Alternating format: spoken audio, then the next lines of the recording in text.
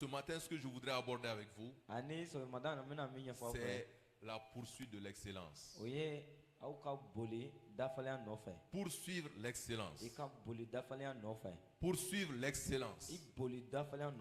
Pourquoi ce thème-là est important pour moi? Parce qu'il y a des millions d'entreprises qui se créent chaque année. Mais les expériences et les statistiques disent que sur 1000 entreprises qui sont ouvertes chaque année,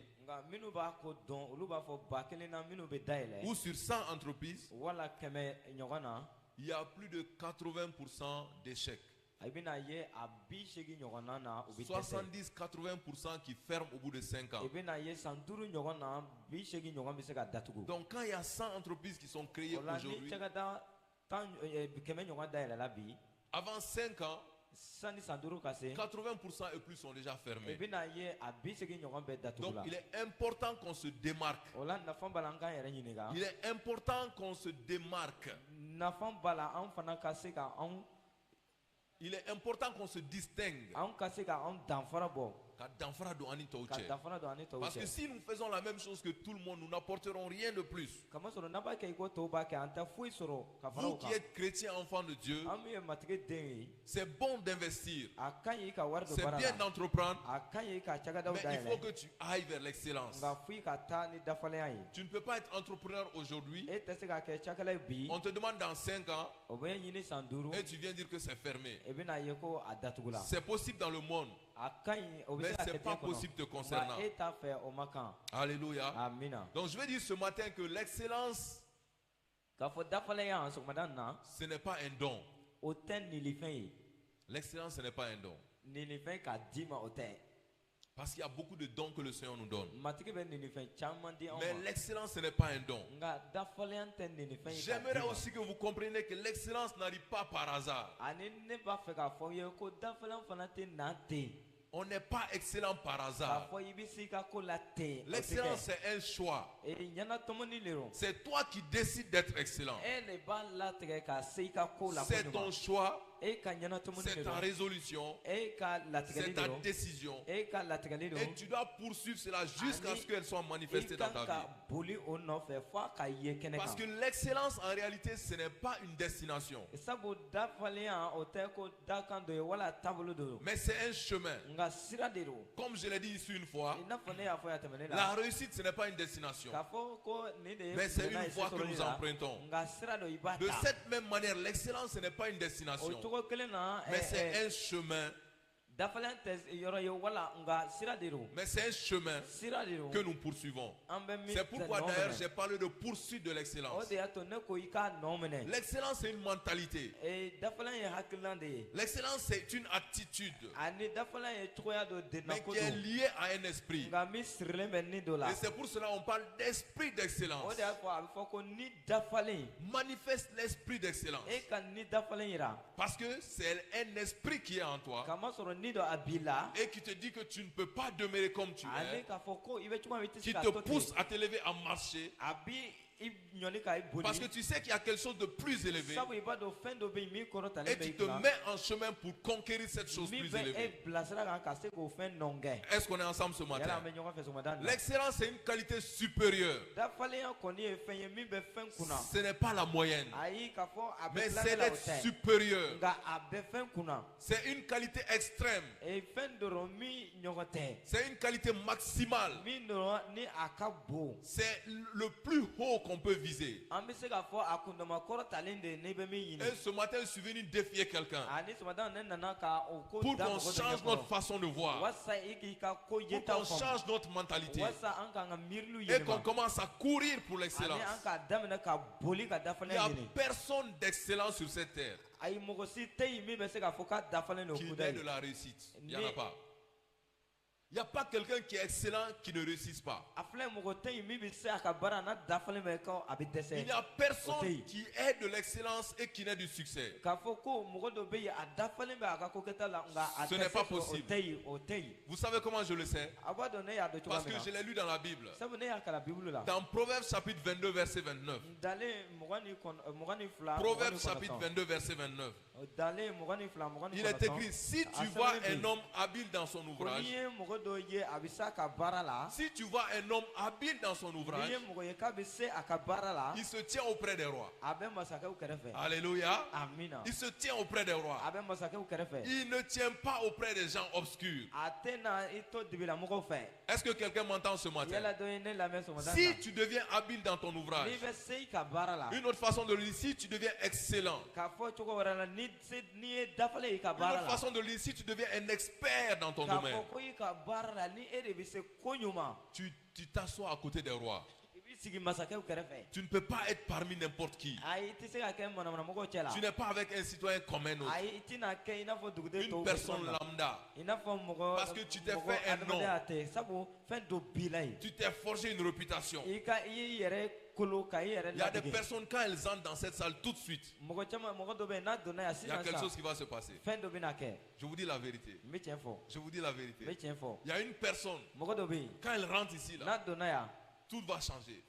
On va commencer à bouger. On va courir pour chercher une place pour lui. Parce qu'il a un nom. Parce qu'il s'est forgé une réputation. Alléluia.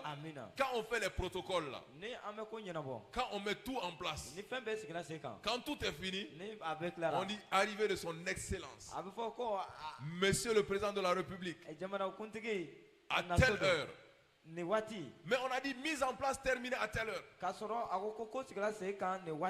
Par exemple, pour un programme comme ça, si on devait recevoir le président Assimi Goïta, on allait dire mise en place, terminée à 10 heures. Arrivée de son excellence, monsieur le président, à 10h30. Ça veut dire si tu n'es pas là à 10h, tu n'entres pas.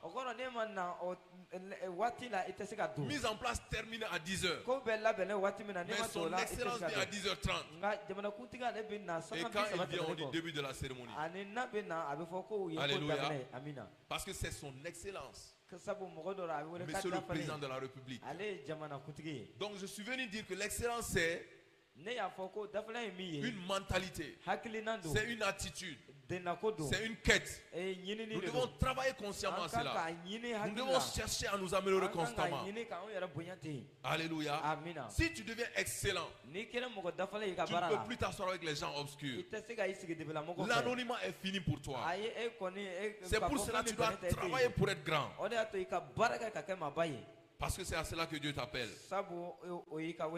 Il y a des gens qui veulent percer. Ils veulent de l'argent. Ils veulent du succès. Ce n'est pas cela que tu dois chercher. Tu dois chercher l'excellence. Quand tu atteins l'excellence, l'argent va te suivre. Le succès va te suivre. La renommée va te suivre. Toutes ces choses vous seront données par-dessus. Alléluia. Donc il faut qu'on travaille à être excellent. N'attendons pas que les choses viennent à nous. Créons les choses. Travaillons à les amener à nous. C'est pour cela c'est tout un engagement à l'excellence. 2 Corinthiens 8, 7 dit.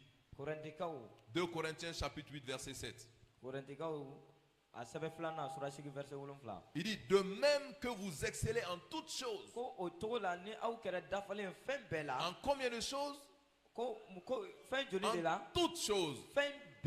De même que vous excellez en toutes choses. Voilà ce à quoi le Seigneur vous appelle. Il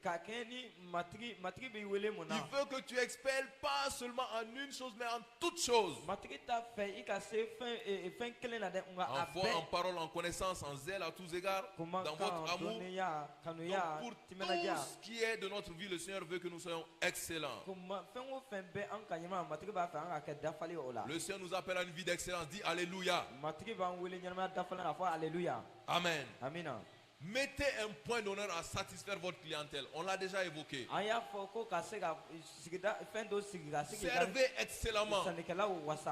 Toutes ces choses sont liées quelque part. On a commencé par la vision, par les objectifs. Poursuivre les objectifs. Développer un esprit de service. Investir. Mais tout cela n'est pas déconnecté. C'est un ensemble. Et quand les pièces commencent à se mettre en place, le puzzle se forme. C'est à cela qu'on est en train de travailler. On veut rajouter un bloc aujourd'hui. Et ce bloc, c'est toute ta vie. C'est la poursuite de l'excellence. Deviens excellent. Sers avec excellence. Que ta mentalité change ce matin. Que ton attitude change ce matin. Pour que tu commences toi aussi à courir après l'excellence. Si tu es un employé, ne te limite pas à faire le travail pour lequel on te paye. Crée de la valeur. Crée de la valeur. Deviens indispensable. Si tu es un ministre de Dieu, crée de la valeur. Satisfais aux besoins du peuple. Et les gens vont te chercher. Les gens vont te chercher. Tu ne peux pas être anonyme. Tant que tu pries pour les gens et qu'ils ont des résultats, tant que tu bénis les gens, tant que la grâce qui est sur ta vie vient sur eux, tu ne peux plus te cacher parce qu'ils auront besoin de toi. Deviens excellent dans ton œuvre. Et je dis que ça marche dans tous les sens. Dans l'église ou dans les affaires, deviens excellent. Alléluia. Je vous ai parlé d'une visite que j'ai faite avec ma femme. On était en déplacement dans un pays étranger. Je pense que je l'ai dit ici une fois. On est allé dans un restaurant. L'accueil déjà c'était extraordinaire. Le cadre était très bien fait. Mais l'accueil était extraordinaire. Il y avait quelqu'un à la caisse qui s'est levé pour nous accompagner. Il y avait deux serveurs qui se sont joints à lui pour nous accompagner. On nous a fait monter, on nous a installés. Ils ont amené les menus. Et quand on a commencé à commander les plats, ces gens ont commencé à amener à manger. En dehors du plat qu'on avait commandé, je pense qu'ils ont dû amener 2 ou 3 entrées qui n'étaient même pas dans notre menu. Après, les plats sont venus. Les desserts sont venus. Mais chaque 5 minutes, il y a quelqu'un qui vient demander: Monsieur, est-ce que vous avez besoin de quelque chose? Non, on dit non, on a besoin de rien, ça va. Mais 5 minutes après, il y a une autre personne qui vient: Monsieur, est-ce que vous êtes satisfait? Est-ce que vous avez besoin de quelque chose? C'est extraordinaire cet esprit de service là. C'est des choses comme ça auxquelles nous devons aspirer. Quand on a fini de manger, on a bien mangé. Et il est resté beaucoup. Parce qu'il nous avait trop servi, plus qu'on avait demandé. Après, ce qui m'a impressionné, vous savez c'est quoi? Ils ont mis du parfum sur nos mains parce qu'on avait mangé avec la main. Ils ont mis du parfum sur nos mains. Parce que l'odeur de la nourriture, ils voulaient casser ça. Et quand on sortait, ils ont donné un petit bonbon à chacun. Mais c'était extraordinaire. Vous savez, je suis pressé d'arriver encore dans ce pays-là pour aller manger dans ces restaurants. C'est ça la qualité. Tu fais plus que ce qu'on te demande. Tu dépasses les attentes de tes clients.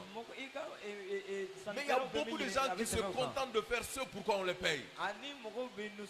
Et ils sont étonnés de voir qu'ils ne prospèrent pas, ils ne progressent pas. Il ne faut pas te limiter à ton contrat. Le contrat, c'est vrai, c'est un engagement. Mais si tu vas au-delà du contrat, tu vas te faire remarquer dans ton service. Tu ne peux pas rester comme n'importe quel employé chez toi. Parce que tu es engagé à réussir. Est-ce que quelqu'un m'entend ce matin? Alléluia. Pourquoi est-ce qu'il faut être excellent? La première chose, parce que notre Dieu est excellent. J'aime ça. Notre Dieu est un Dieu excellent. Est-ce que tu peux dire à ton voisin: notre Dieu est excellent? Il dit: le Dieu que je sers, il est excellent. Dis-lui que mon papa est excellent. Donc comme je suis son fils, il faut que moi aussi je sois excellent. Regardez la création. Jusqu'à présent, les hommes sont émerveillés devant la création. Les collines, les montagnes, les fleuves, les mers, les vallées. L'homme a créé beaucoup de choses. L'homme a créé beaucoup de choses, mais rien ne peut se comparer à la création de Dieu. Il y a de la beauté dedans, il y a de la splendeur dedans, il y a de l'excellence dedans, parce que notre Dieu est un Dieu excellent. Alléluia. Est-ce que quelqu'un est content ce matin? Parce que le Dieu auquel tu appartiens est un Dieu excellent. La Bible dit il fait des choses grandes et insondables, des merveilles sans nombre. Merveilles, des choses qui émerveillent, des choses qui étonnent. C'est de la grandeur. Il y a de l'excellence en Dieu. Alléluia. Dieu fait des merveilles. Dieu est excellent. Il faut que nous soyons excellents. Si c'est la seule raison, je pense qu'elle est valable. Parce que s'il est ton père, tu dois être comme il est. Tel je suis, tel vous êtes. Alléluia. Il y a beaucoup de déclarations que nous faisons en vain, Pasteur Tony. Il y a beaucoup de choses qu'on aime proclamer, déclarer. Mais ce n'est pas vrai. Ce n'est pas vrai pour nous. On le dit comme cela en passant. On n'y pense même pas. Si réellement on croyait à nos déclarations là, il y a longtemps que les choses seraient transformées pour nous. Il y a longtemps que notre attitude serait changée. Tu dis tel Dieu est, il dit tel toi tu es. Est-ce que tu imagines la teneur de cette déclaration? Parce que tu l'as lu dans la Bible. C'est pas encore une réalité pour toi. C'est ça le logos, comme les théologiens aiment à dire là. Le logos et le réma. C'est un logos mais c'est pas un réma. C'est pas pour toi. Le jour où cela sera pour toi, ta vie va changer. Parce qu'il y a des choses que tu ne pourras plus faire. Il y a des endroits où tu ne pourras plus te trouver. Il y a des paroles que tu ne pourras plus jamais dire. Il y a des situations que tu n'accepteras plus jamais dans ta vie. Tel Dieu est, tel toi tu es, et tu es comme ça, c'est pas possible. Il faut qu'on change de mentalité. Alléluia. Non seulement Dieu est excellent, mais la Bible continue et dit que c'est lui qui amène l'excellence. C'est lui qui amène la grandeur. J'ai vu ça dans Jacques chapitre 1 verset 17. Il dit toute grâce excellente et tout don parfait vient d'en haut. De chez qui? Du Père des Lumières. Donc toute grâce excellente. Donc ce matin, comme nous parlons d'excellence, comme nous parlons de perfection, Dieu dit que toute perfection et toute grandeur, toute excellence viennent de chez lui. Donc comme il est avec toi, comme tu es son enfant, il veut te le donner ce matin. Il veut te le donner ce matin. Il veut te le donner ce matin. Il veut te le donner ce matin. Il faut que tu ouvres ton cœur pour recevoir l'esprit d'excellence. Est-ce que tu es prêt à cela? Est-ce que quelqu'un est prêt à défier, à challenger sa mentalité? Dieu veut t'amener quelque part. Il veut t'amener quelque part. Et c'est la vérité qui a franchi. C'est la vérité qui a franchi. Si tu reçois cette vérité ce matin, tu vas sortir avec quelque chose. J'aime souvent à dire que Dieu n'est pas dans le bon. Dis à quelqu'un, Dieu n'est pas dans le bon. Dieu n'est pas dans le bon. Tu vois, les hommes se sont limités à ce qui est bon. Non, c'est bon, on avance. Mais Dieu n'est pas dans le bon. Dieu n'est même pas dans le bien.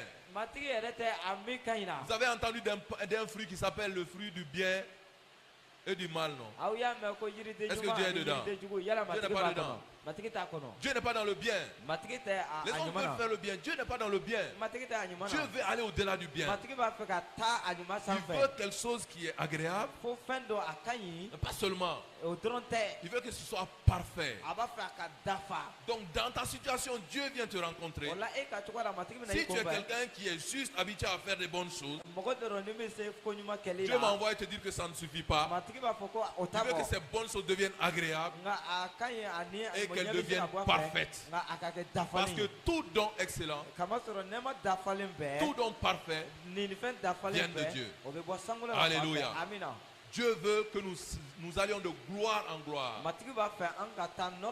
succès en succès, de réussite en réussite.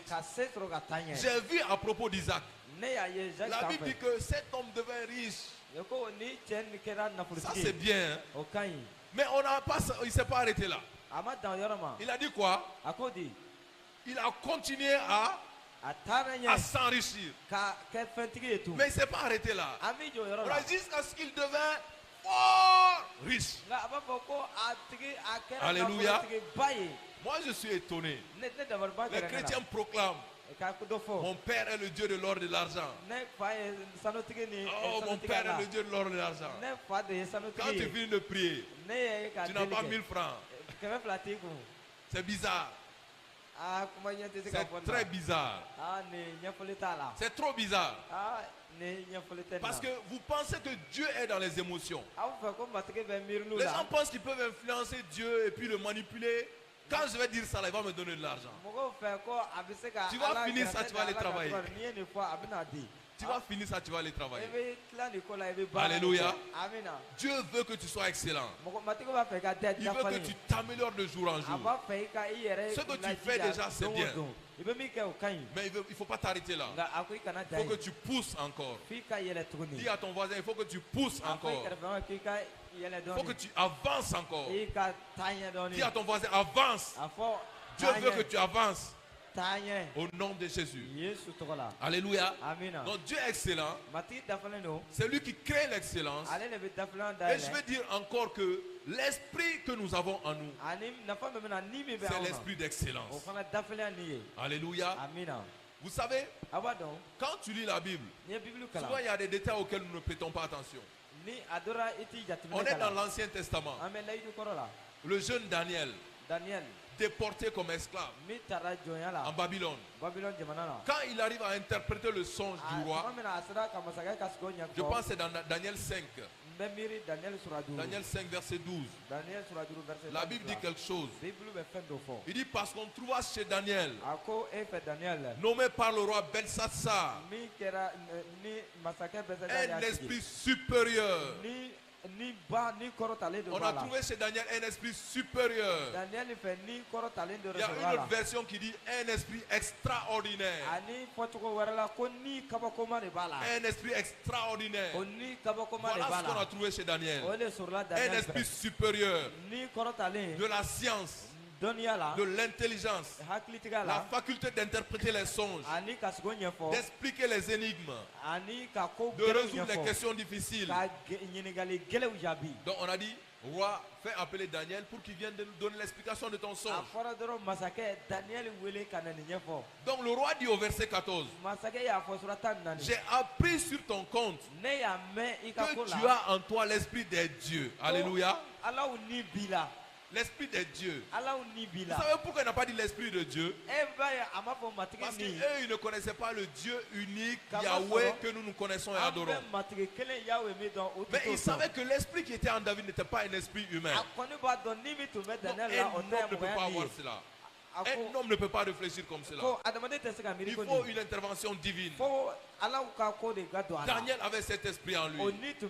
Et toi, chrétien, tu as cet esprit en toi. Un esprit supérieur. Un esprit de sagesse. Un esprit de connaissance. Un esprit d'intelligence.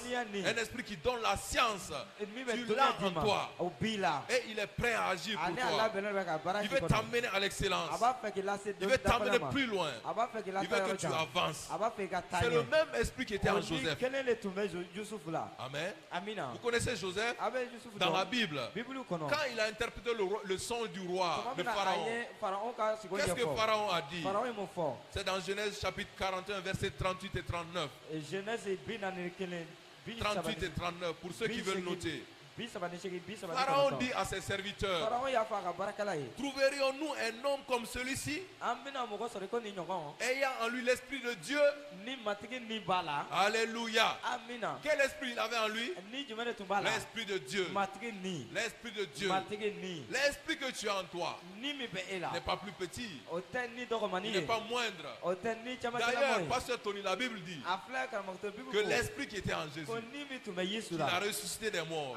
Et si cet esprit habite en vous, ça veut dire que le même esprit qui était Jésus, qui l'amène à faire des miracles, c'est le même esprit qui est en moi.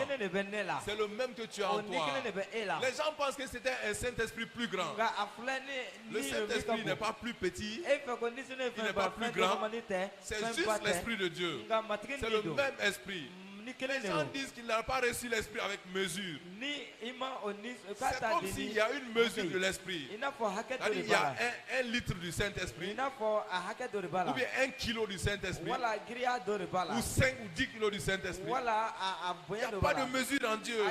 C'est seulement que Jésus était disposé à coopérer. Donc l'esprit agissait librement à travers de lui. Donc ce matin, je vais défier quelqu'un. Vous savez, un des problèmes que nous avons à l'église, c'est que nous pensons que le Saint-Esprit il est pour l'église. Donc on l'a emprisonné ici. Quand tu veux parler en langue, oh maintenant Saint-Esprit vient. Quand tu veux prophétiser, quand tu veux voir un miracle, Saint-Esprit opère. Mais quand tu arrives chez toi à la maison, quand on dit il n'y a pas d'argent,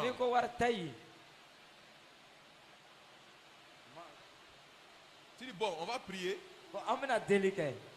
Dieu va nous amener une solution. Mais tu ne penses pas que le même esprit qui te pousse à opérer des miracles peut te donner la sagesse et l'intelligence pour faire des affaires, pour être un créateur de richesse. Donc on a cantonné l'esprit à l'église. On l'a mis en prison ici. Quand on sort de l'église, on dit Saint-Esprit, tu nous attends. Attends, nos prochains programmes, on va venir. Dimanche, on va venir. Donc, comme ça, tu vas agir. Il y aura des miracles. Les gens vont tomber. La puissance de Dieu est là. Alléluia.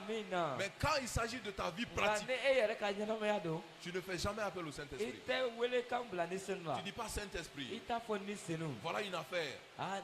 Donne-moi la sagesse, comment on va faire. Je dois rencontrer un tel homme. Comment je dois lui parler. Je dois investir dans tel domaine. Est-ce que c'est bon de le faire? Il faut qu'on intéresse le Saint-Esprit à toute notre vie. Il est celui qui vient pour nous aider. Il est celui qui nous enseigne toutes choses. Tout le problème du Saint-Esprit, c'est qu'on l'a cantonné a un rôle dans l'église. Et c'est là qu'il y a les divisions. Si on oublie l'église là et qu'on enseigne aux gens que le Saint-Esprit est venu t'aider dans tes affaires, dans ton travail, quand tu es au bureau en train de travailler, le Saint-Esprit te donne la sagesse, il te guide, il t'aide à faire ce que tu ne pouvais pas faire humainement. Là il n'y a pas de problème. Donc prenons ce qui nous arrange, prenons ce qui ne nous divise pas. Laissons le Saint-Esprit opérer en nous. Laissons-le faire son œuvre en nous. Parce que c'est lui en réalité qui est l'esprit d'excellence. C'est lui qui va t'amener loin. C'est lui qui va t'amener loin. C'est lui qui va te faire avancer dans la vie. Donc ce matin, si ce n'est que ça, il est bon que tu gardes cela. Il est bon que tu reçoives cette parole-là. Il est bon que tu partes avec cette parole-là. Il est bon que tu crois dans ton cœur que Dieu est excellent et que comme tu es ton fils, tu dois être excellent. Que Dieu donne l'excellence et tu ne fais point exception de personne. S'il a donné à Moïse d'être excellent, à Josué, à tous ces autres-là, il le fera pour moi aussi. Parce que je suis son fils. Comprends aussi que l'esprit d'excellence qui était dans les anciens est le même esprit qui est en toi. C'est le même, il n'est pas plus grand, il n'est pas plus petit. Il est l'esprit d'excellence. Et il veut t'aider dans tes affaires, dans ton business. Il veut te pousser. Il veut que tu deviennes excellent. Il y a bien longtemps que le Saint-Esprit voulait t'aider. Mais tu ne l'as pas laissé opérer. On s'est contenté du peu. On s'est contenté du minimum. On a voulu être moyen. Là où Dieu voulait qu'on soit grand. On a voulu se limiter à tout ce qu'on gagne. Pendant que Dieu avait plus de provision pour nous. Il est temps qu'on élève nos pensées pour aller vers l'excellence. Parce que c'est le plan de Dieu pour toi. Si tu crois, dis Amen. Si tu crois, dis Alléluia. Amen. Pourquoi devons-nous être excellents? Pourquoi? Pourquoi devons-nous être excellents? Parce que notre Dieu est excellent. Parce qu'il nous donne l'excellence. Parce que l'esprit d'excellence est déjà en nous. Donc si nous n'opérons pas dans l'excellence, c'est qu'on vit au-dessus des attentes de Dieu. J'ai reçu le témoignage d'une sœur. Elle était dans l'élevage des dindons là, les dindes là. Vous connaissez les dindes, non? Voilà. Et cette sœur-là, elle priait, elle demandait l'aide du Saint-Esprit pour son affaire. Elle demandait une sagesse de Dieu pour son affaire. Un jour, le Seigneur lui a donné un rêve. Et puis elle a vu la formule pour un aliment bétail, un aliment volaille. C'était clair, elle a dit tu dois prendre telle quantité de ça, mélanger avec ça, mélanger avec ça, mélanger avec ça. Et quand elle s'est réveillée, elle a compris que c'est Dieu qui lui avait répondu par rapport à sa prière. Et comme elle s'attendait à Dieu dans son affaire, le Seigneur est venu lui donner une sagesse. Et quand elle a commencé, ses dents ont commencé à prospérer. Ils ont commencé à grandir. J'étais allé la visiter, elle est au Burkina Faso. Elle avait plein de dents dans les champs. Mais il y en avait tellement qu'elle a commencé à en mettre aussi dans sa maison. Beaucoup. Et rien qu'avec ça, elle arrivait à satisfaire à tous ses besoins. Donc l'esprit d'excellence en nous nous donne des solutions pour que nous soyons excellents. Frères et sœurs, comment arriver à l'excellence? Comment arriver à l'excellence? La première chose, c'est de travailler de façon consciente à cela. Travailler de façon consciente. Pour dire, moi, je veux être excellent. Je veux plus d'habileté. Je veux plus de compétences. Je veux être un expert. Je dis souvent aux gens maintenant, les gens qui veulent se limiter à une licence là. Licence, ce n'est plus rien dans le monde pour les étudiants qui sont là. Les gens qui veulent se limiter à un master là. Master, ce n'est plus rien aujourd'hui. Le minimum, c'est un doctorat. Parce que quand ils ont mis LMD là, pourquoi tu veux te limiter à L? Pourquoi tu veux te limiter à M? Si ton Dieu excellent va à D, que D soit ton minimum. Parce qu'après D, il y a P. Et pour être P, là, il y a tellement de choses à faire. Parce que les professeurs là, ils sont maîtres, ils sont assistants, ils sont quoi. Maître de conférence, ils sont quoi. Jusqu'à professeur agrégé, maître de chef. Donc il y a tellement de choses à faire. Et quand tu deviens professeur, ça veut dire que tu es devenu expert dans ce domaine. Et ce qui est bien avec les professeurs, c'est que normalement, quand tu es professeur dans un domaine, c'est que tu connais toute la sagesse contenue dans ce domaine-là. Et c'est maintenant toi qui dois apporter plus dans ce domaine-là. C'est pourquoi ces gens deviennent des chercheurs. Ils font des thèses, ils apportent de nouvelles choses dans leur domaine. Donc c'est cela que Dieu veut pour toi. Que tu excelles Au point que tu amènes de nouvelles créations dans ton domaine. Quand on a besoin de comprendre quelque chose dans ton domaine, on dit, mais il y a le pasteur Tony. Quand on veut parler de ça, on ne peut pas en parler sans lui.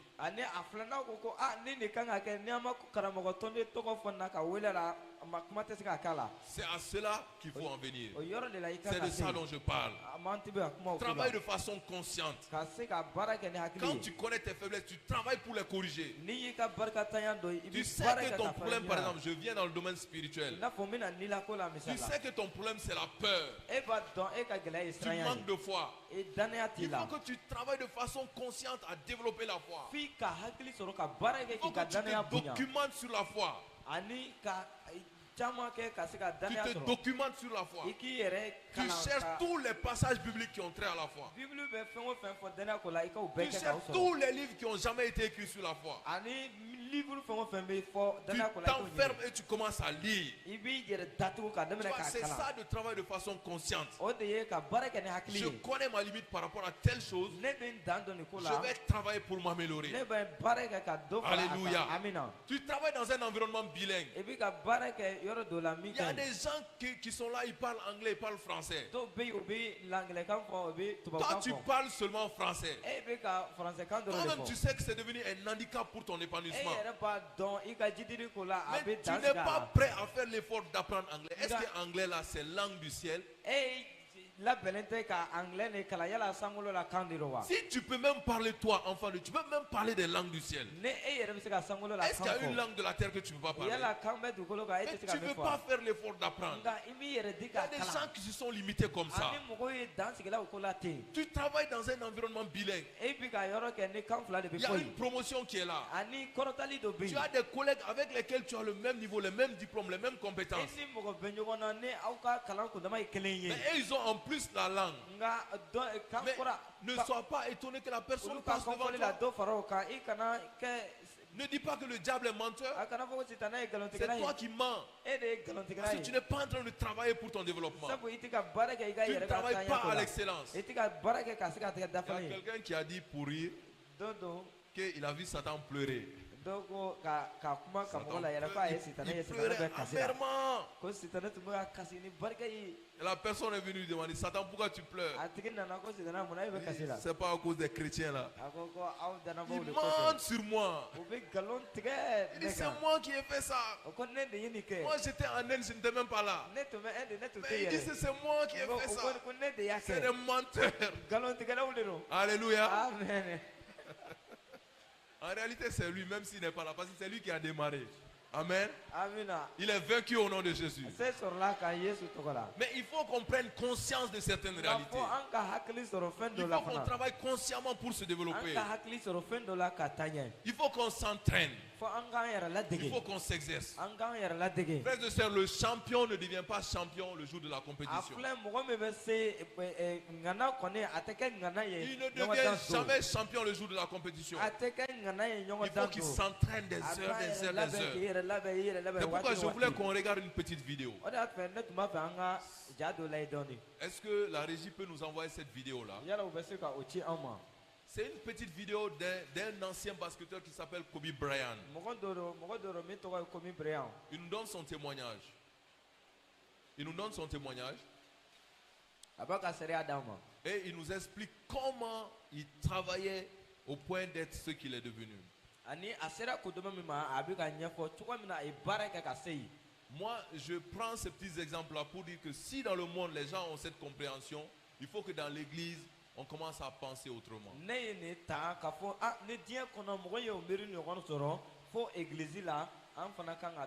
Les choses ne viennent pas à nous, il faut qu'on aille les chercher. Amen. Est-ce que c'est bon? Vous pouvez envoyer? C'est juste 5 minutes. On va continuer.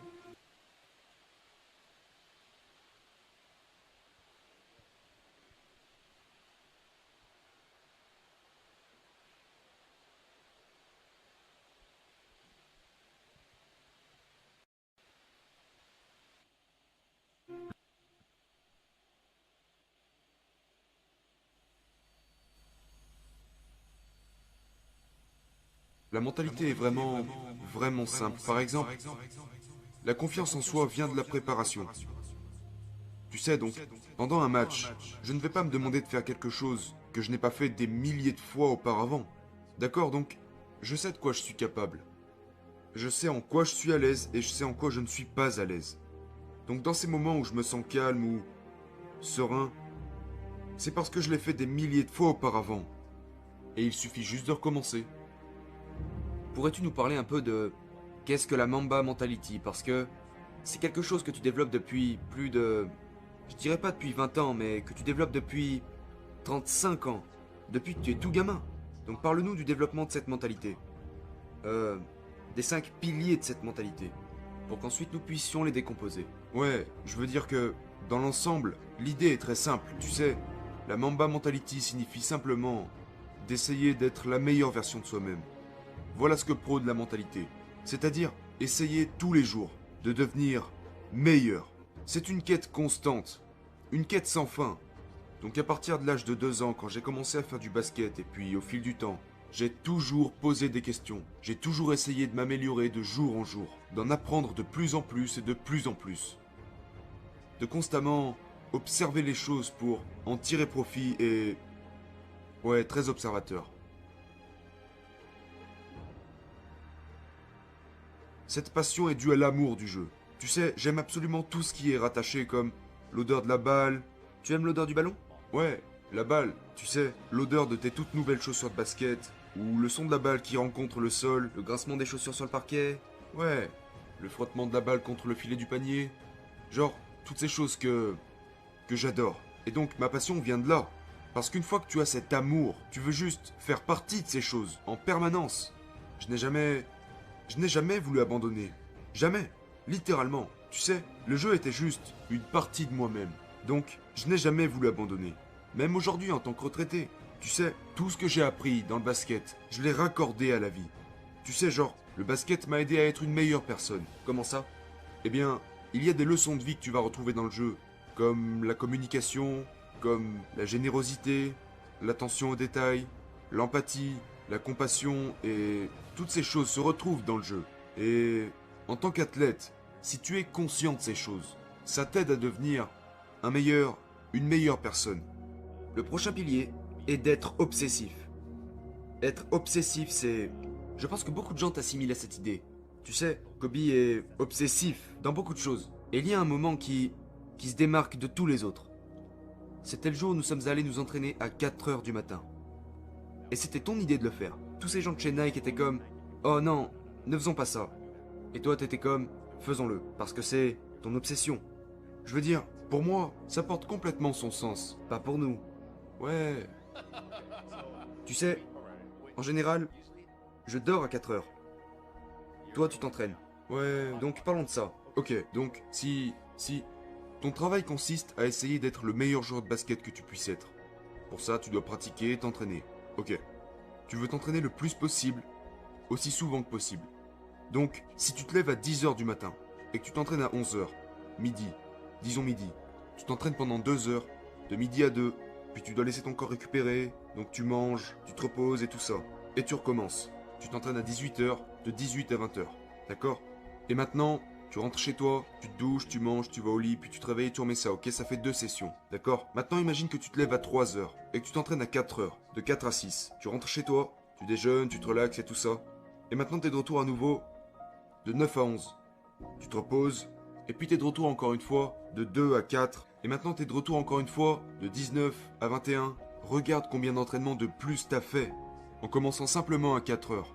Et quand tu fais ça, au fil des années, la séparation que vous avez avec vos concurrents et vos pairs grandit et devient plus grande et plus grande et plus grande et plus grande et plus grande. Et au bout de 5 ou 6 ans, ça n'a plus d'importance quel genre de travail ils font pendant l'été. Ils ne rattraperont jamais le retard. Parce qu'ils ont 5 ans derrière. Il est donc logique de se lever et de commencer sa journée plus tôt pour pouvoir achever plus de travail. Est-ce que c'est génétique? Ou est-ce quelque chose que tu as enraciné et formé toi-même? Non, pour moi c'était juste du bon sens, genre, si je commence plus tôt, je peux m'entraîner plus d'heures. Et je sais que les autres joueurs ne le font pas parce que je connais leur programme d'entraînement. Donc je sais que si je fais ça régulièrement au fil du temps, l'écart sera plus grand et plus grand et plus grand et plus grand et plus grand et ils ne pourront plus rattraper le retard. Donc pour moi, c'était juste du bon sens. Comment pourrais-je avoir un avantage? Oh, commencez plus tôt. Maintenant, fais-le. Quand est-ce que tu as commencé à faire ça? Au lycée.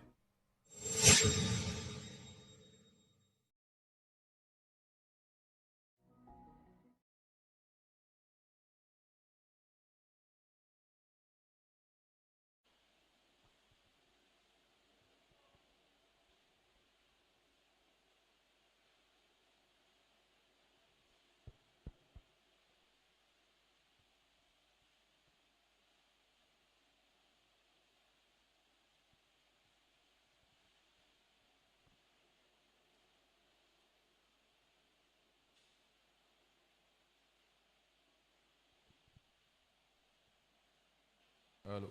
Ah, c'est bon. Amen. Amen. Est-ce que quelqu'un a compris quelque chose? Est-ce que quelqu'un peut me dire son sentiment? Je sais qu'il n'y a pas de sportif professionnel ici, mais est-ce que quelqu'un peut nous dire comment on pourrait transposer ça dans notre vie professionnelle, dans n'importe quel domaine?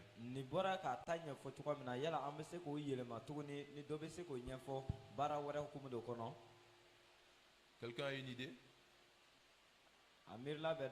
Ok.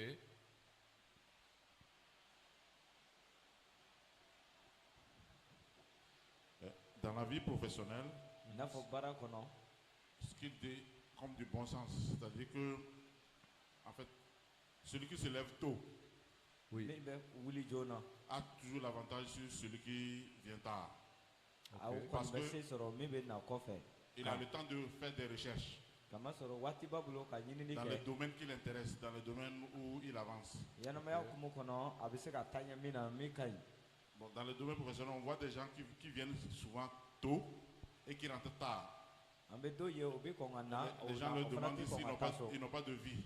Ils ont une vie. En fait, en réalité, quand ils viennent tôt, ils font leur propre recherche pour pouvoir avancer. Et quand ils rentrent tard, parce que le temps du travail est déjà payé, donc on ne peut pas faire certaines choses en dehors. On gagne du temps en dehors du travail pour pouvoir avancer, pour pouvoir s'améliorer dans ses faiblesses. Amen. Alléluia. Amina. Oui, là.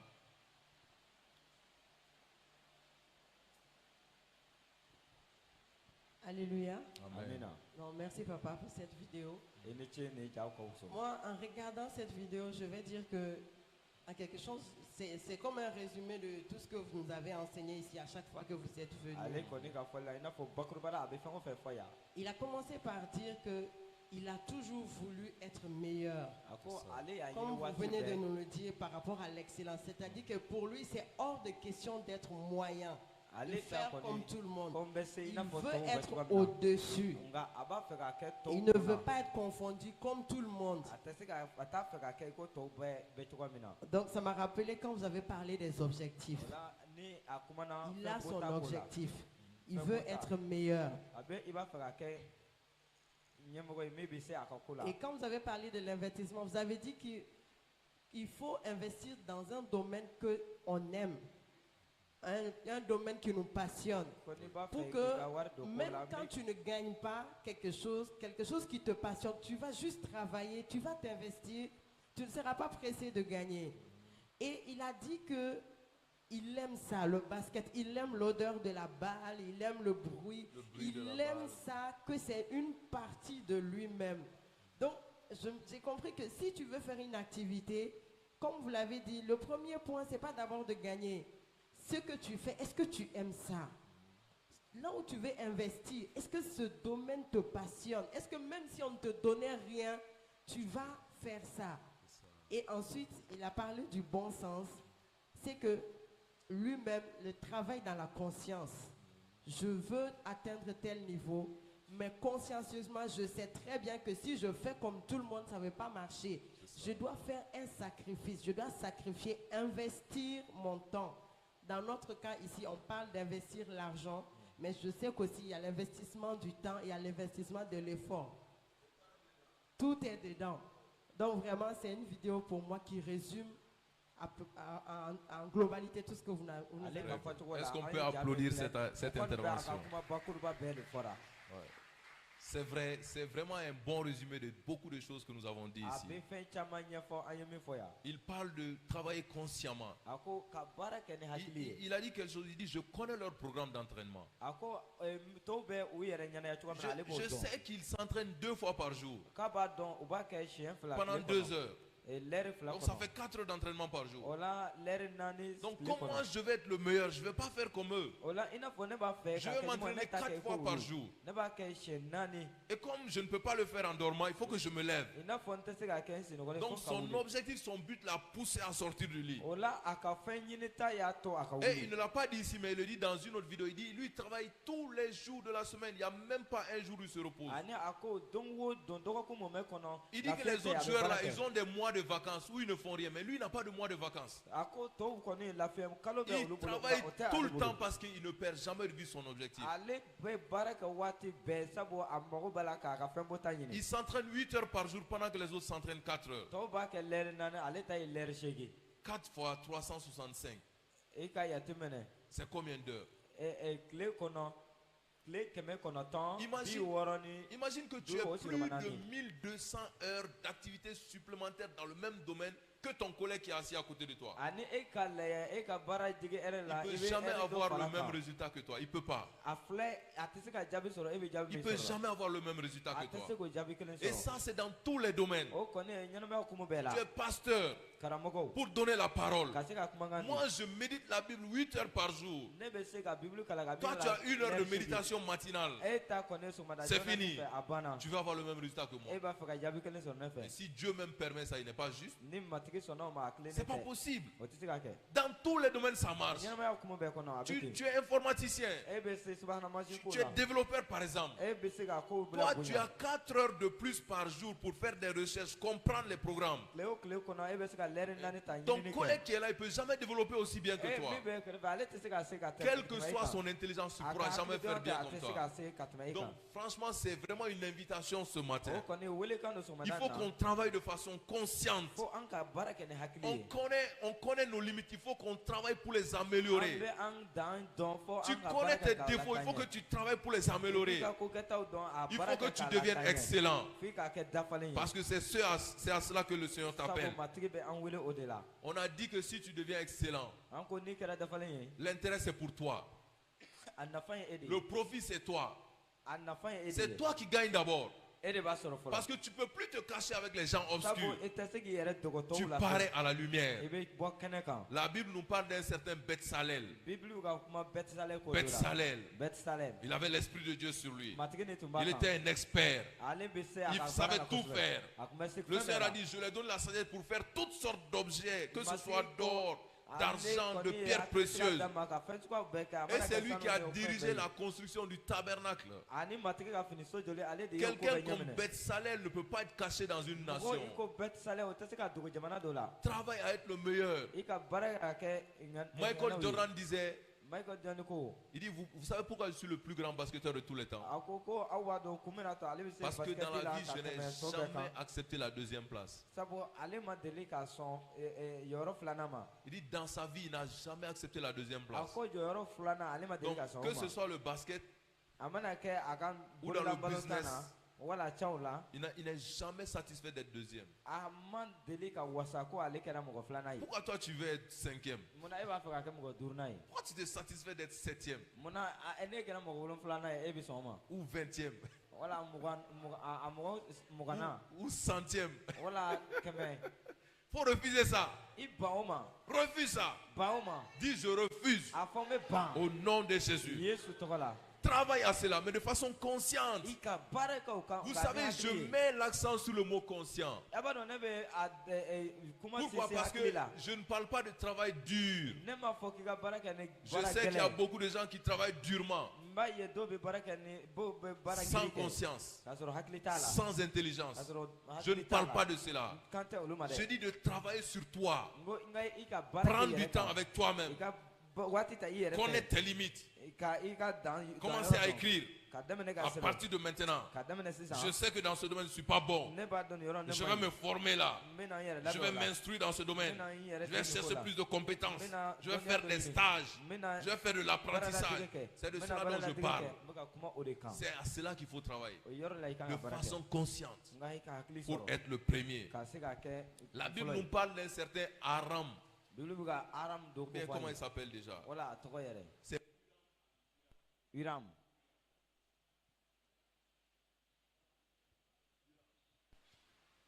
Hiram. Je pense que je touche le truc là sans m'en rendre compte. Hiram Abi. Ah, c'est les piles. Ok. La Bible nous parle d'un certain Hiram Abi. Il était dans un pays qui s'appelle Tyr. Quand Salomon a voulu construire le temple, il a écrit au roi de Tyr, il dit, envoie-moi quelqu'un qui est habile. Quelqu'un qui est expert. Parce que j'ai besoin de faire quelque chose d'excellent pour mon Dieu. Tu vois, donc quand tu es excellent, on va te chercher. Même si tu habites dans un autre pays là, ils vont envoyer des émissaires pour aller te chercher. Tu ne peux plus te cacher. Tu ne peux plus être avec des gens obscurs. On dit que Hiram Abi était expert en 10 domaines. Il savait travailler l'or, l'argent, les reins, le fer, le bois, les étoffes, c'est-à-dire les habits, et les objets à sculpter. La Bible cite 10 domaines dans lesquels cet homme-là a été expert. Est-ce qu'il y a un expert dans cette salle ce matin? Dieu veut qu'on développe une telle mentalité. Et le jeune David était un expert. Expert en quoi? En harpe. David était un grand louangeur. Vous pensez que c'est descendu sur lui? Il a passé des longues heures à jouer la harpe tout seul derrière son troupeau. Il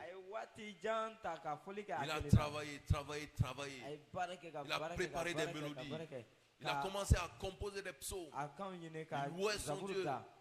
Il s'exerçait à la harpe. C'est comme cela que c'est arrivé. Les musiciens savent qu'il y a des choses qu'il faut le faire et le faire et le faire. Jusqu'au point où ça devient banal. Tu sors des notes, les gens se disent mais comment il fait? Mais ce sont des heures et des heures d'apprentissage. Il nous faut travailler consciemment à apprendre. Il faut qu'on s'entraîne. Il faut qu'on s'exerce. On pense que David a été révélé le jour où il allait combattre Saül. Mais avant ça, il était déjà appelé dans la maison du roi. Quand le démon tourmentait le roi Saül là, qui est-ce qu'il appelait? C'était David. Et il venait jouer la harpe pour que les démons se calment. Donc déjà en ce temps, David était connu dans la maison du roi. Alléluia. Quand tu es habile, tu ne peux pas rester derrière le troupeau quelque part là-bas. Ils vont te chercher. Amen. Deviens expert ce matin. Au nom de Jésus. Et l'autre chose que je voulais dire, comment arriver à l'excellence? C'est de s'engager. Ça c'est un autre mot que nous devons comprendre aujourd'hui dans l'église. Parce que ce qui manque aujourd'hui dans nos églises, c'est l'engagement. Cette génération ne s'engage en rien. Cette génération, je le répète, ne s'engage en rien. Ni à l'église, ni avec Dieu, ni en famille, ni dans le travail, ni à l'école. Les gens font tout de façon approximative. On est engagé en rien. Je vous dis que c'est dramatique. On est engagé seulement aux réseaux sociaux. Tout ce que nous faisons aujourd'hui dans cette génération, c'est de perdre du temps. Nous passons des heures et des heures à ne rien faire. Je vous dis que c'est dramatique. Il est temps qu'on se réveille. Il faut qu'on soit engagé à nouveau. Il y a des gens qui viennent à l'église. Ils viennent à l'église, proclamer, recevoir. Mais en réalité, ils ne sont pas engagés envers ces églises-là. Ils ne donnent rien dans l'église. Ils ne servent jamais dans l'église. Ils vont, ils viennent. On a reçu. On est content. Oh, on a reçu. On tremble, on tombe. On se lève, on va à la maison. Mais ils ne donnent rien. Il n'y a aucune réciprocité. Ils ne sont engagés en rien. Dans la famille aujourd'hui, c'est le drame. Les maris ne sont plus engagés. Les femmes ne sont plus engagées. Il y a quelqu'un qui disait, un pasteur, il dit, avant, quand les femmes venaient dans mon bureau, elle disait, pasteur, je veux aller parce qu'il me frappe, parce qu'il abuse de mes enfants. Il dit, mais de nos jours, quand les femmes viennent le voir, elles disent, pasteur, je veux aller parce que je ne suis pas heureuse, je ne suis plus passionnée. Ce mariage-là, moi-même, je ne trouve plus de joie dedans.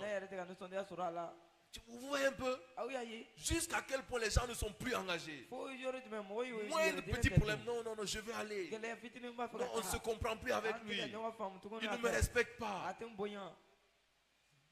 Vous voyez, cette génération est comme cela. On est engagé à rien. Au travail, on fait le minimum. J'ai vu un employé qui vient avec son contrat de travail. Il montre à son patron.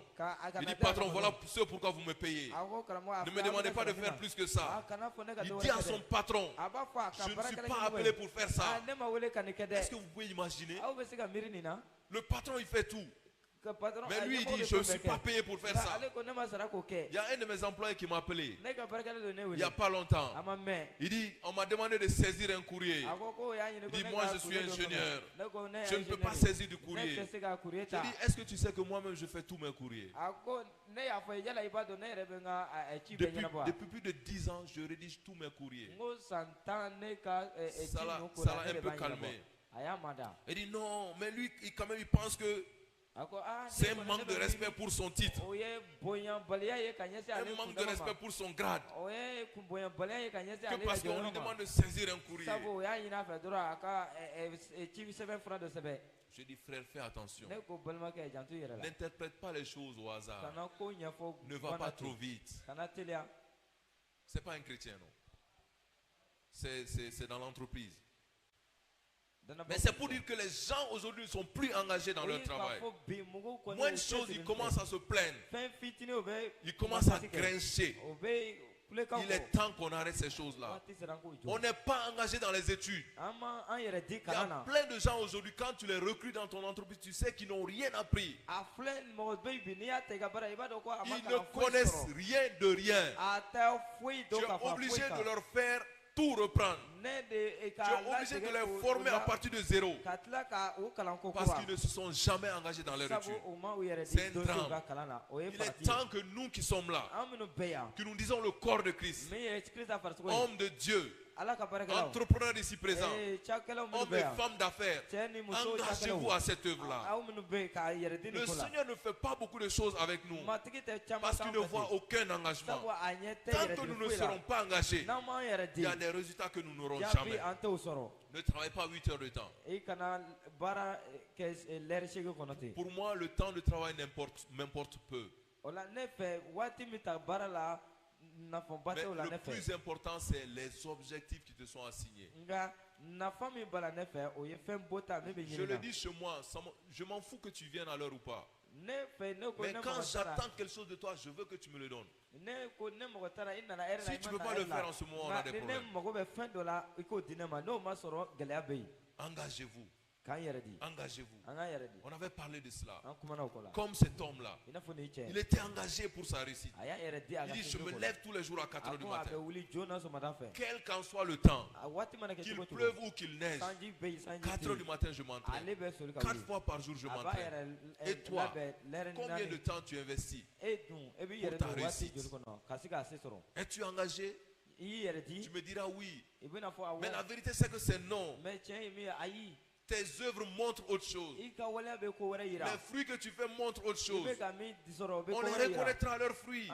On te jugera à l'œuvre. Tu as de la peine même à sortir de ton lit. Et tu dis que tu veux réussir. C'est pas vrai, tu mens. Tu te mens à toi-même. C'est à toi-même que tu te mens. Il est temps que tu te décides. Je vous ai dit ici que l'échec n'existe même pas. Surtout pour un enfant de Dieu.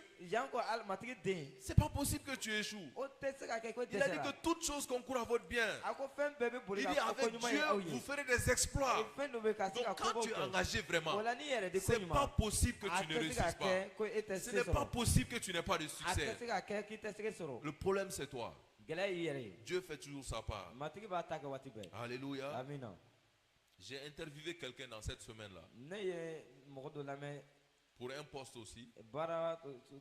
Il a commencé à se plaindre de son ancien employeur. Parce que on était en train de discuter salaire. Il dit, lui, il a fait 10 ans, mais il n'a pas été augmenté. 10 ans, il n'a pas eu d'augmentation de salaire. Tu vois, les hommes maintenant ne sont pas sérieux. Les employeurs ne sont pas sérieux. Je lui ai demandé, en 10 ans, qu'est-ce que tu as apporté de plus à ta société? En dehors de ton contrat de travail, tes obligations contractuelles, qu'est-ce que tu as apporté de plus à ta société? Il ne pouvait pas me dire quoi que ce soit. Il m'a dit que mais lui, il a eu plus de charges. Parce qu'il s'est marié, il a eu des enfants. J'ai dit, mais est-ce que tu penses que c'est le problème de ton employeur, que tu te sois marié, que tu aies eu des enfants? Est-ce que tu travaillais plus de temps pour lui? Il dit non. Mais je dis, mais il t'a pris pour te payer 8 heures de travail. Donc, il ne te doit rien. Il t'a payé tes 8 heures, il ne te doit rien.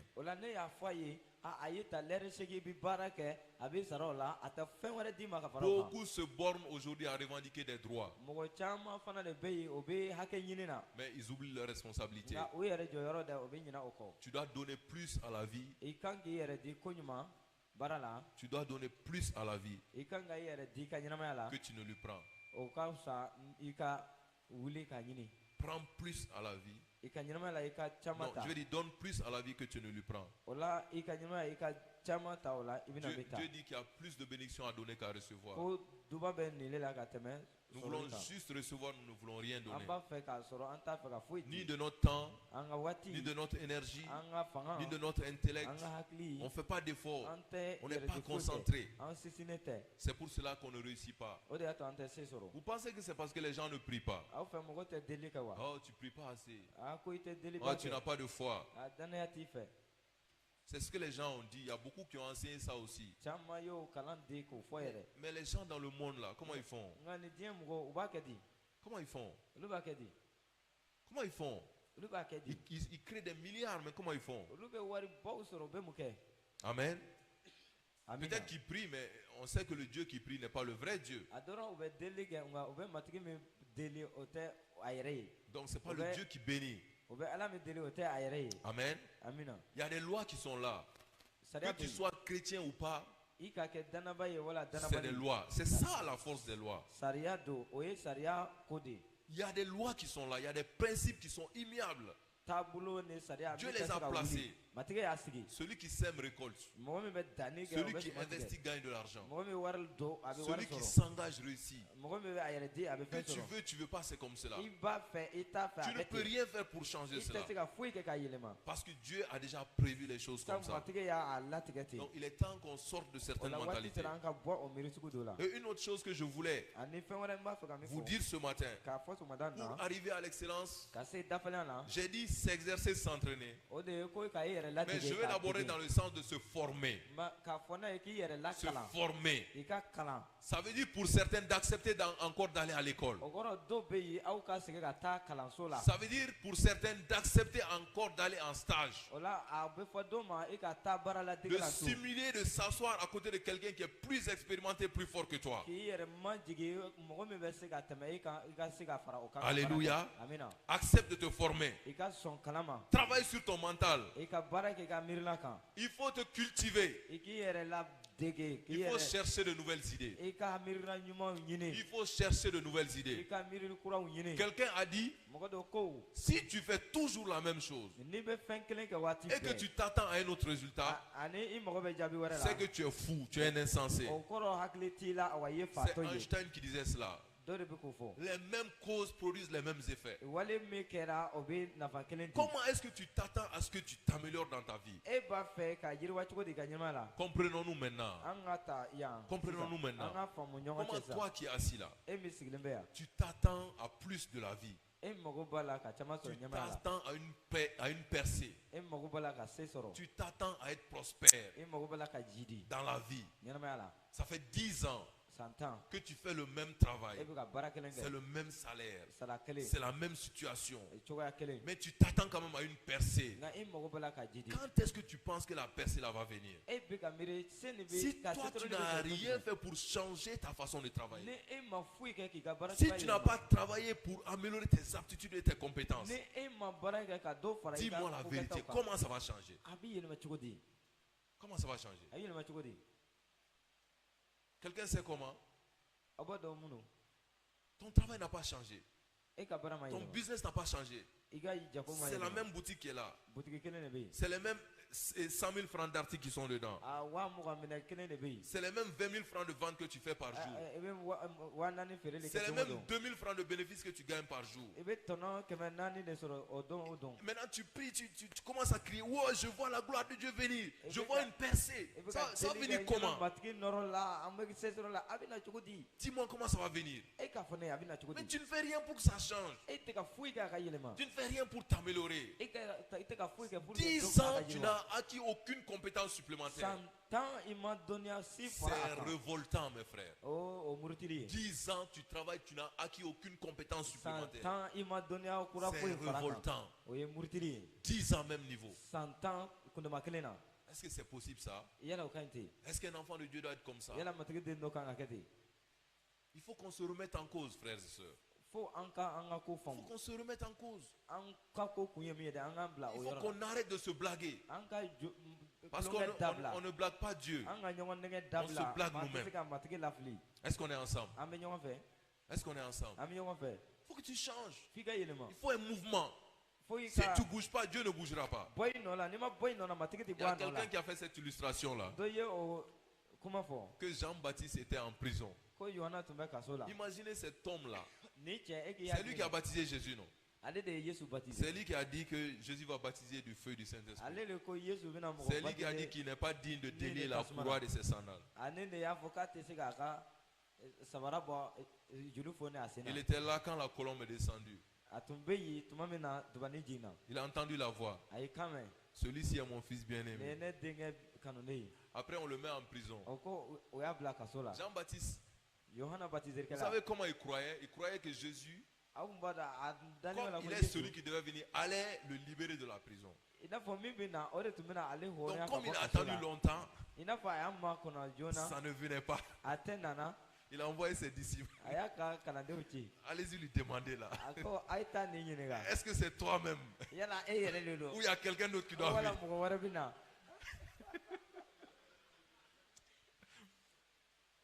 Jésus envoie ses disciples pour lui dire, allez-y lui dire que c'est moi-même.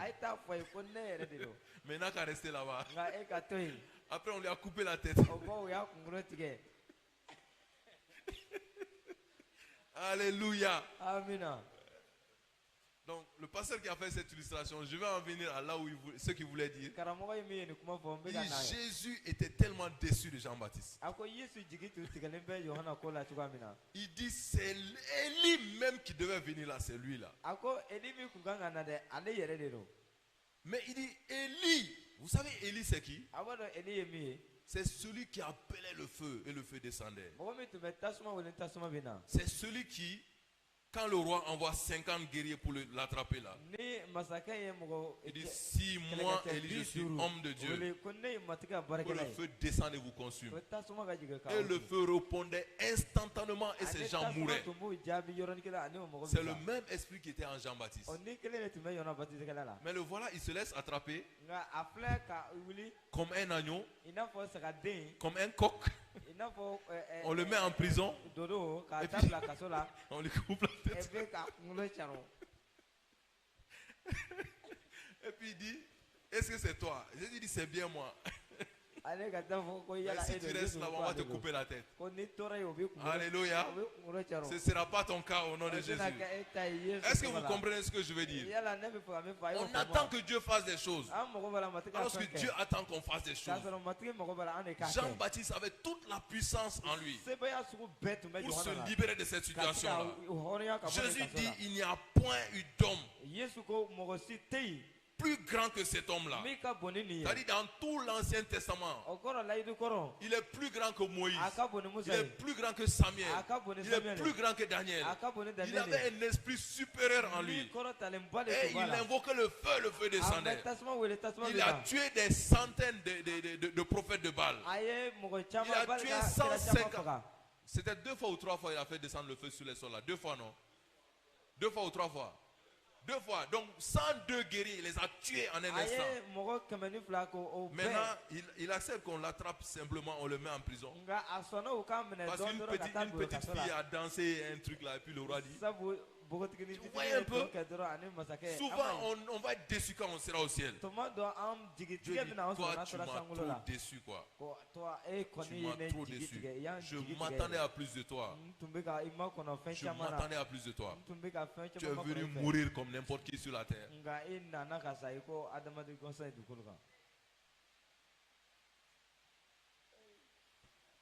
C'est le roi Salomon qui a dit, j'ai vu une chose sous le ciel, sous le soleil, une chose qui est bizarre. C'est pas normal. Il dit les esclaves sont sur les chevaux et les princes sont à pied. Ils marchent à terre comme des esclaves. Est-ce que c'est normal? Les enfants de Dieu, on dit que la richesse des injustes nous appartient. Mais jusqu'à présent ils sont riches. Jusqu'à présent nous on est pauvres. Comment tu dis que ça t'appartient? Où est cette richesse là? Elle est où? Dis ça vient. Dis ça vient. Amen. Mais il faut accepter de te former. Il faut lire. Il faut lire. Ça c'est un grand problème. Je pense que ça c'est pas un problème. Au Mali, ça c'est le problème même de l'Africain. Mais tu vois, on doit faire un effort conscient pour changer cela. Si tu demandes combien de personnes ont lu un livre depuis le début de cette année ici, un livre en entier, tu trouveras moins de personnes. Un seul livre. Pourtant, il est prouvé qu'un vrai intellectuel, un homme instruit, il doit lire un livre par semaine.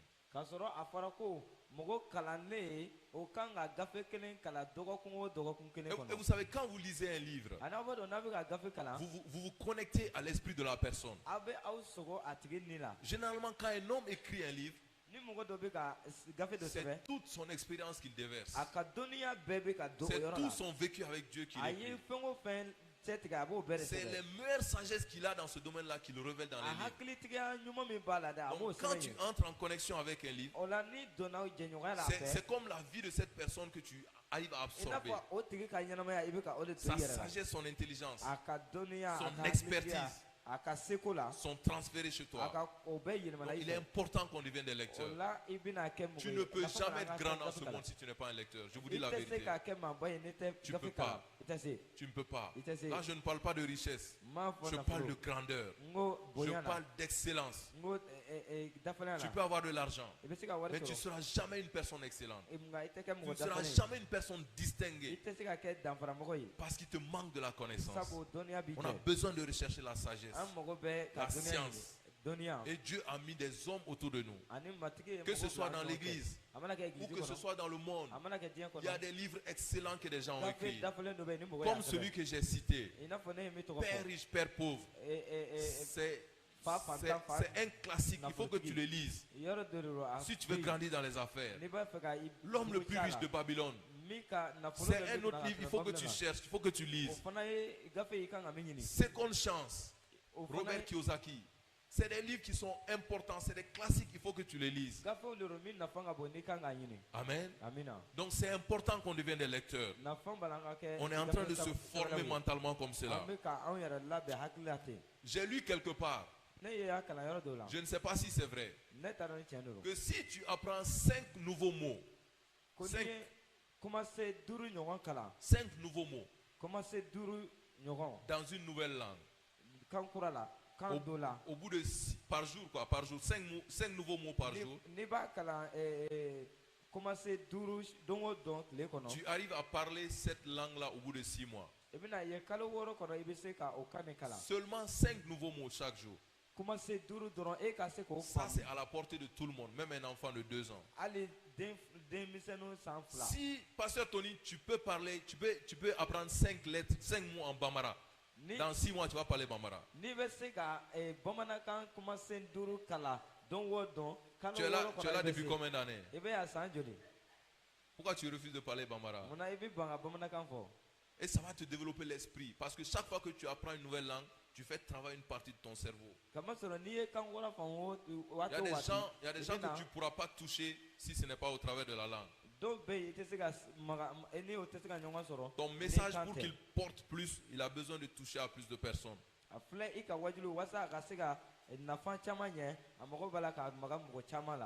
C'est valable pour les professionnels que nous sommes. Dans certains services, vous avez besoin d'apprendre de nouvelles langues.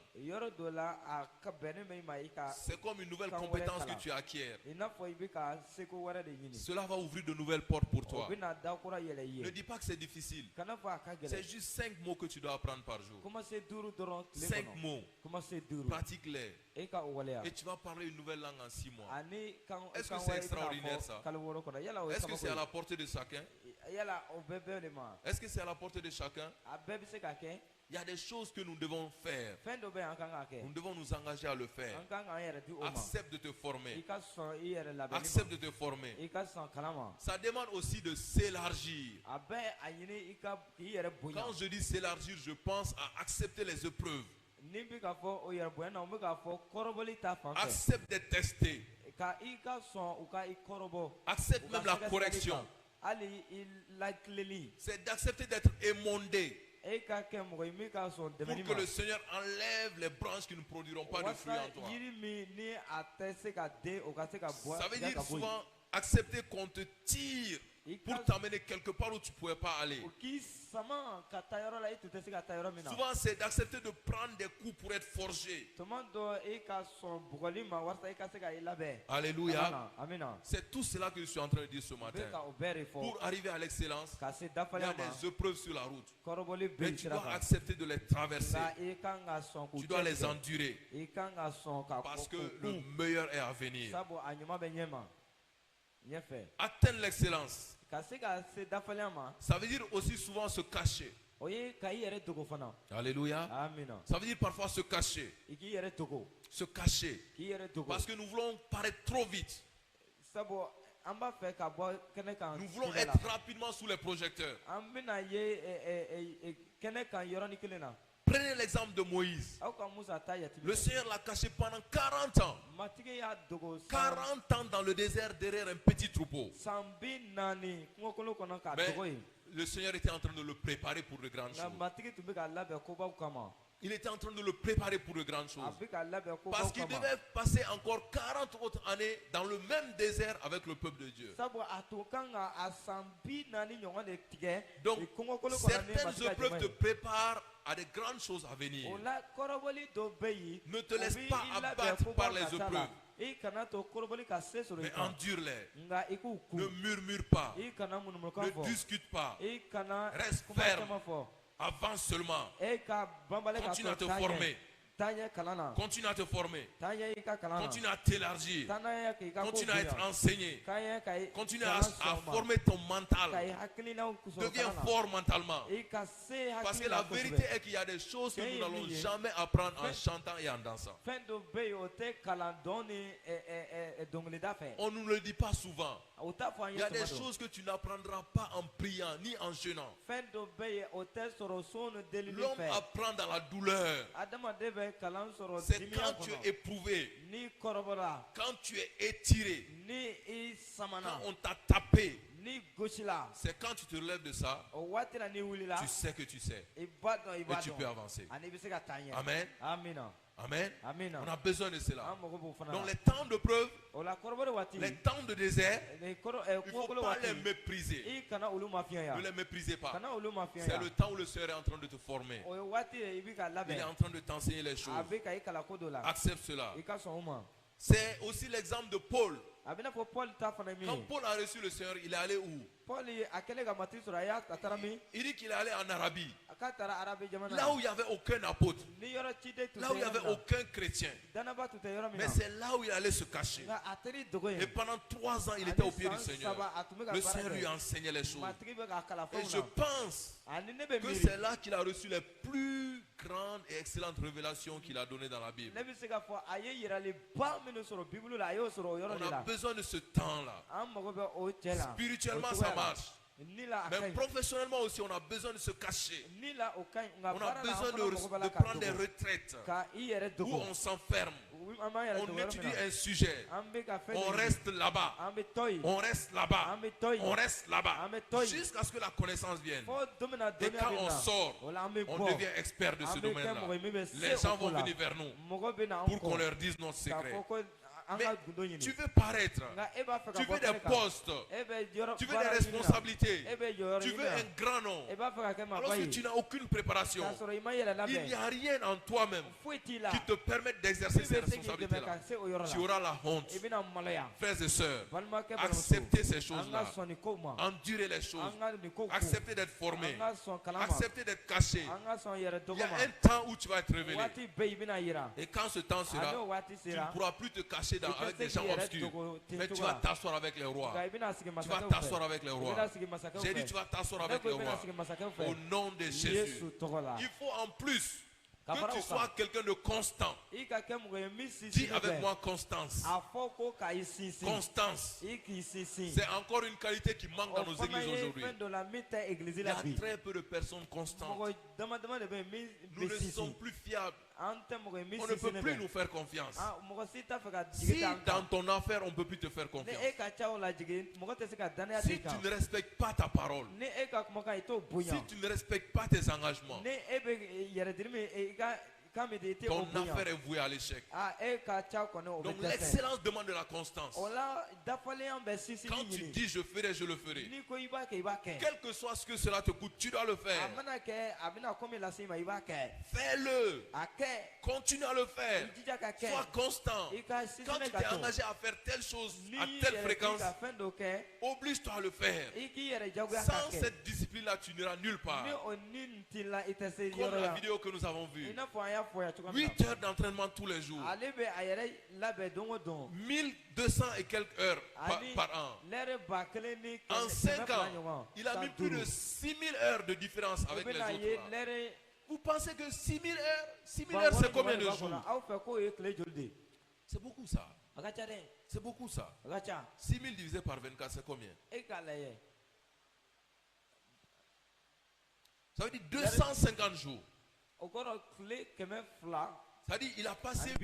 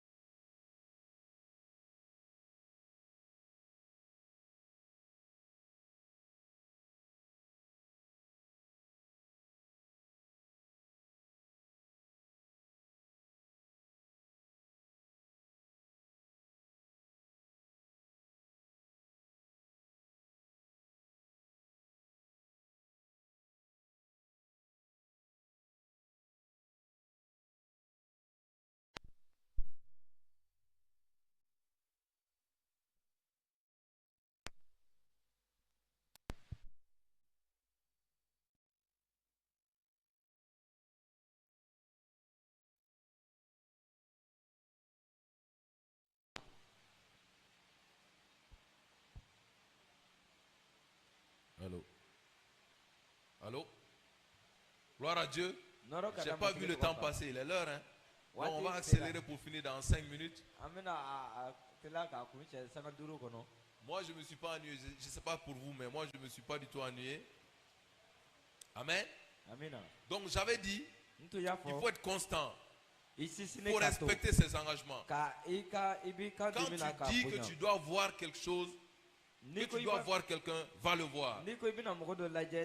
Quand tu donnes rendez-vous, honore-le, respecte-le. Quand tu dois donner de l'argent à quelqu'un, donne-le. Et quand tu dois donner une qualité, une certaine qualité aussi, donne cette qualité-là. Il ne faut pas que ce soit en deçà de cela. Quand on exige un rapport de toi au service, donne le rapport. Et il faut que le rapport soit bien rédigé, bien présenté, sans faute, sans bavure, sans rature. Exerce-toi pour le faire. Fais-le. Deviens excellent. Donne la bonne qualité. Donne la meilleure qualité possible. C'est à cela que le Seigneur nous appelle. Maintenant, dans quel domaine est-ce que nous devons être excellents?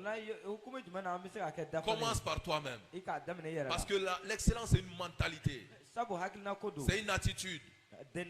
Avant que ça ne vienne dans ton entreprise, il faut que toi-même, dans toute ton attitude, que tu sois excellent. Sois excellent dans ta présentation. Sois excellent dans tes paroles. Sois excellent dans ton habillement. Surtout quand tu es responsable d'entreprise. Tu ne peux pas t'habiller n'importe comment. Tu ne peux pas être comme n'importe qui dans l'entreprise. Tu ne peux pas aller voir les partenaires n'importe comment. On dit que Dieu regarde au cœur, c'est vrai. Mais est-ce que l'on voit le cœur? Qu'est-ce qu'on voit? L'on voit l'apparence. Quand tu sors, il faut que tu sois bien présentable. Quand quelqu'un te voit, il peut déjà te faire confiance. Ou il peut décider que cet homme-là ne peut pas, il peut pas représenter telle société parce que ta façon de se présenter, c'est pas bon. Est-ce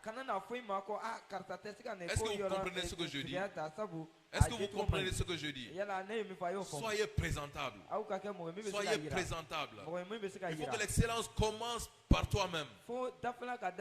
Par la manière dont tu te présentes. Alléluia. Alléluia. Je voulais ajouter, il faut que toi-même ton nom soit une marque.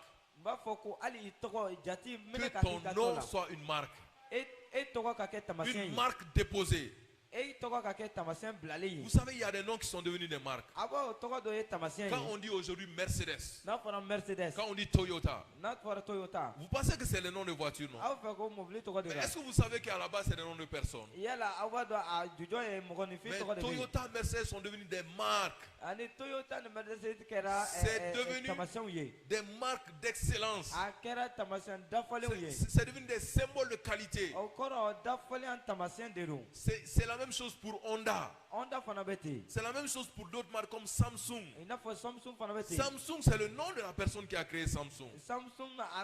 Mais quand on te dit aujourd'hui que tu as un téléphone Samsung, c'est une marque, c'est une qualité que tu as. On a parlé d'autres qui ont disparu. On a parlé d'autres qui sont de moindre qualité. Mais il y a aussi la qualité supérieure. Il y a l'excellence. Ces gens-là travaillent à l'excellence.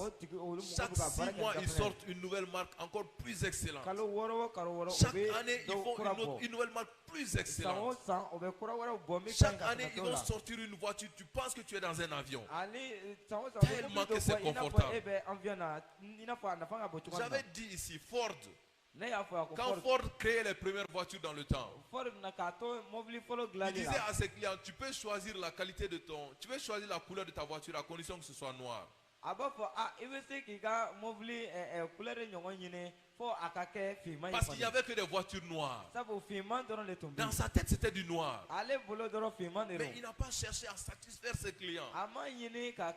Mais aujourd'hui, les concessionnaires de voitures, non seulement tu choisis la couleur, mais tu peux choisir toutes toutes les options que tu veux. Il y a des sites aujourd'hui quand tu veux acheter des voitures. Il n'y a pas de voiture préparée déposée. C'est toi-même qui composes tout. Tu dis je veux telle jante avec telle couleur, avec tel diamètre. Je veux des sièges chauffants comme ça, comme ça. Je veux climatisation bizone, 4 zones. Je veux fauteuil en cuir, je veux fauteuil en tissu, je veux ça, je veux ça. Tu choisis tout. Tu envoies. Il prépare la voiture pour toi. Si tu veux, il peut même graver ton nom dessus. Et il te l'envoie. C'est ça l'excellence. Tu anticipes le besoin de tes clients. Et tu vas même au-delà de ce à quoi ils aspirent. Que ton nom soit une marque. C'est possible dans le business. C'est possible dans le ministère. Il y a des marques aujourd'hui. Il y a des marques, non? Quand on dit aujourd'hui Billy Graham, qui ne le connaît pas? Quand on dit Reinhard Bonnke, qui ne le connaît pas? Quand on dit même chez nous à côté Mamadou Karamberi, qui ne le connaît pas? Quand on dit Marcelo Tunasi, qui ne le connaît pas? Tu peux dire que tu ne l'aimes pas. C'est ton problème. Mais son nom, c'est une marque. Il y a une réputation. Parce qu'il a travaillé sérieusement. Tu peux lui reprocher beaucoup de choses. Mais ce nom, c'est une marque. Et quand il rentre ici tout de suite, le protocole va se bousculer. Parce que c'est une marque. Il faut que tu travailles comme cela. Il faut que je sois excellent. Parce que mon Dieu est excellent. Parce qu'il m'a donné l'excellence. J'ai un esprit d'excellence en moi. Il faut que moi aussi j'ai de la grandeur. Je ne vais jamais rester comme cela. Il faut que tu t'engages à commencer cela. Il faut que tu prennes des engagements fermes. Il faut que tu te disciplines. Il faut que tu sois constant dans tes engagements. Comme cela, tu seras une marque toi aussi. Alléluia. Alléluia. Est-ce que vous savez que le concept qualité même, comme on le connaît aujourd'hui, ça a été créé en grande partie chez Toyota. Est-ce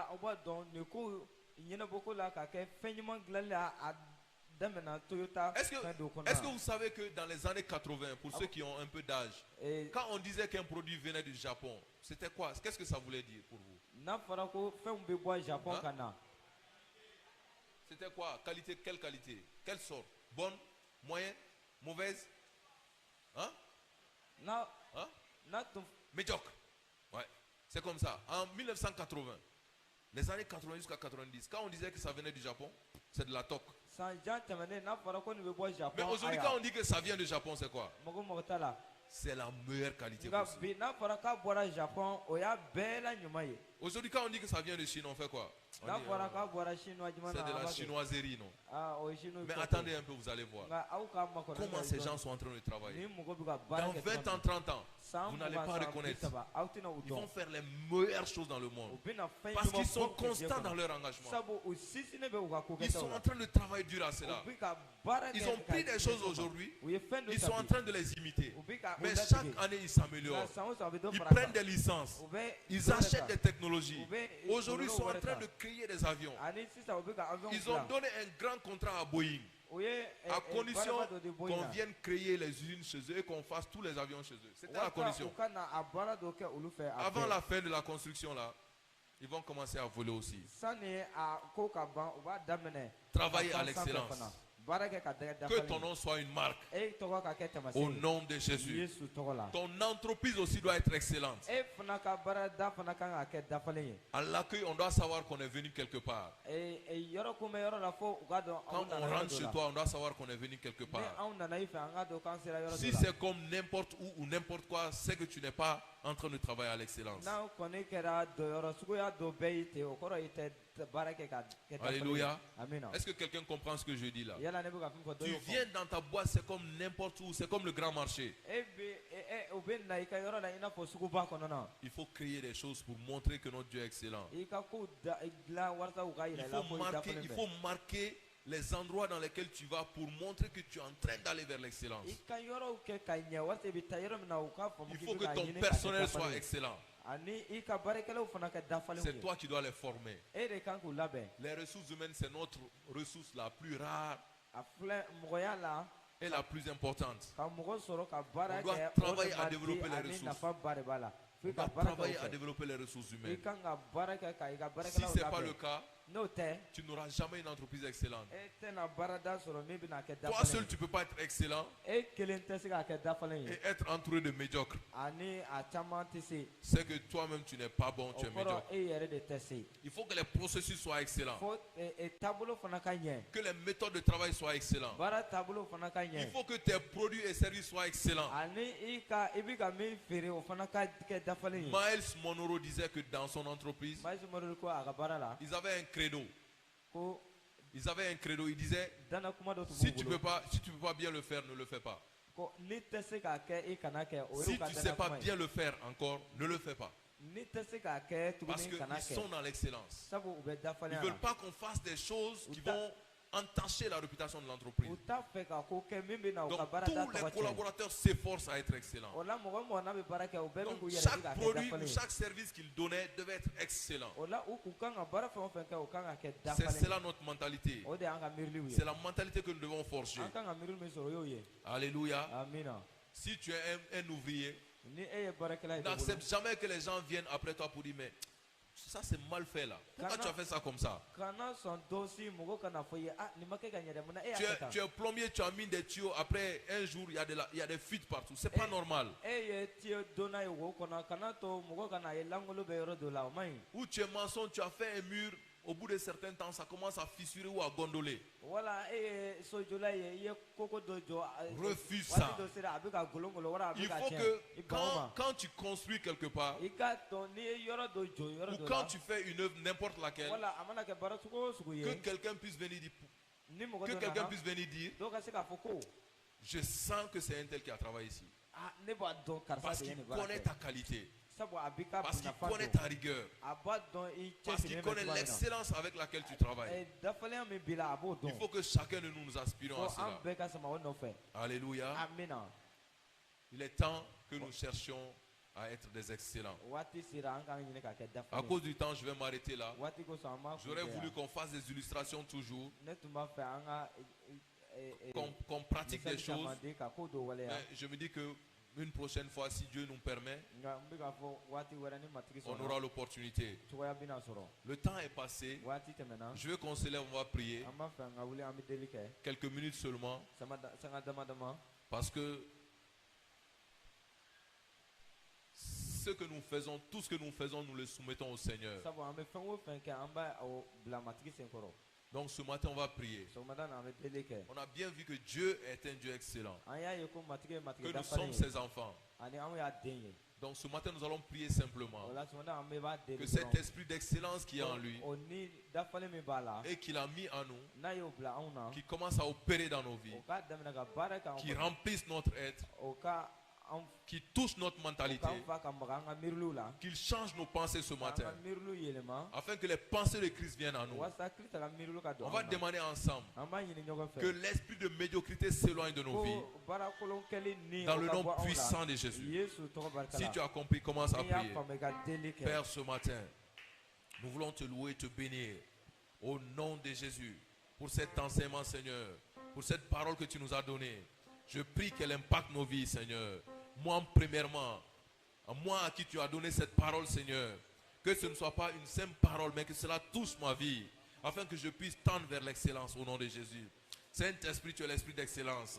Et ce matin, je crie à toi, afin que tu changes ma mentalité, afin que tu remplisses mes pensées, que tu me donnes une mentalité de gagnant, une mentalité d'excellence, Seigneur, dans le nom puissant de Jésus. Et je prie que tout esprit de médiocrité s'éloigne de ma vie au nom puissant de Jésus. S'éloigne de ma vie au nom puissant de Jésus. Parce que mon Dieu est excellent. Il veut que je sois excellent. Oh Père, merci pour cette parole ce matin. Je te loue, je te bénis. Dans le nom puissant de Jésus. Amen. On va prier. On va demander que le Seigneur nous donne d'être des personnes résolues. Des personnes engagées. Engagées à l'excellence. Engagées à manifester l'excellence. Engagées à poursuivre l'excellence. Pas seulement pour un temps, mais tout le long de notre vie. Parce que nous n'allons jamais être suffisamment excellents pour nous arrêter là. C'est un combat de tout le temps. Nous devons tendre vers ça tout le temps. Donc prions que le Seigneur nous donne de nous engager comme cela. Père, nous voulons nous engager ce matin à devenir excellents, Seigneur. Dieu, que tout ce qui nous empêche d'atteindre cette excellence soit détruit, Seigneur. Seigneur, ce matin, nous sommes résolus. Nous prions que toi-même tu nous donnes d'être fermes dans cette résolution dans le nom de Jésus. Donne-nous d'être fermement engagés à atteindre l'excellence, Seigneur Dieu. Donne-nous de nous jamais nous satisfaire de moins que l'excellence, Papa. Donne-nous, Seigneur, que tout esprit d'être moyen, que cela soit détruit dans nos vies au nom puissant de Jésus. Parce que nous voulons grandir, parce que nous voulons être excellents avec toi, Seigneur. Au nom puissant de Jésus. Alléluia. Amen. Prions encore que le Seigneur nous donne d'être constant. Alléluia. J'ai dit que constance veut dire fidélité. J'ai dit que constance veut dire aussi loyauté. D'être des personnes qui respectent leur engagement. D'être des personnes sur qui on peut compter. Prions que le Seigneur nous donne d'être constant. Vous savez, Jacob a prophétisé sur Ruben. Il a dit parce que tu es un homme inconstant, tu n'auras pas la prééminence. Il y a des gens qui pensent que c'était une malédiction. Ce n'était pas une malédiction. C'était juste une vérité qui disait, si tu es inconstant, tu n'auras jamais la prééminence.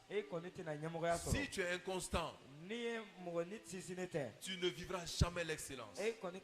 Parce que tu es toujours en train de toucher à toutes choses. Mais parce que tu n'es pas constant, tu abandonnes vite. Tu vas à gauche, tu vas à droite. Tu n'es pas focus. Tu n'es pas concentré. Tu es ballotté par toutes sortes de vents. C'est un esprit. On va prier ce matin que le Seigneur enlève cet esprit de nous. Qu'il éloigne cet esprit de nos vies.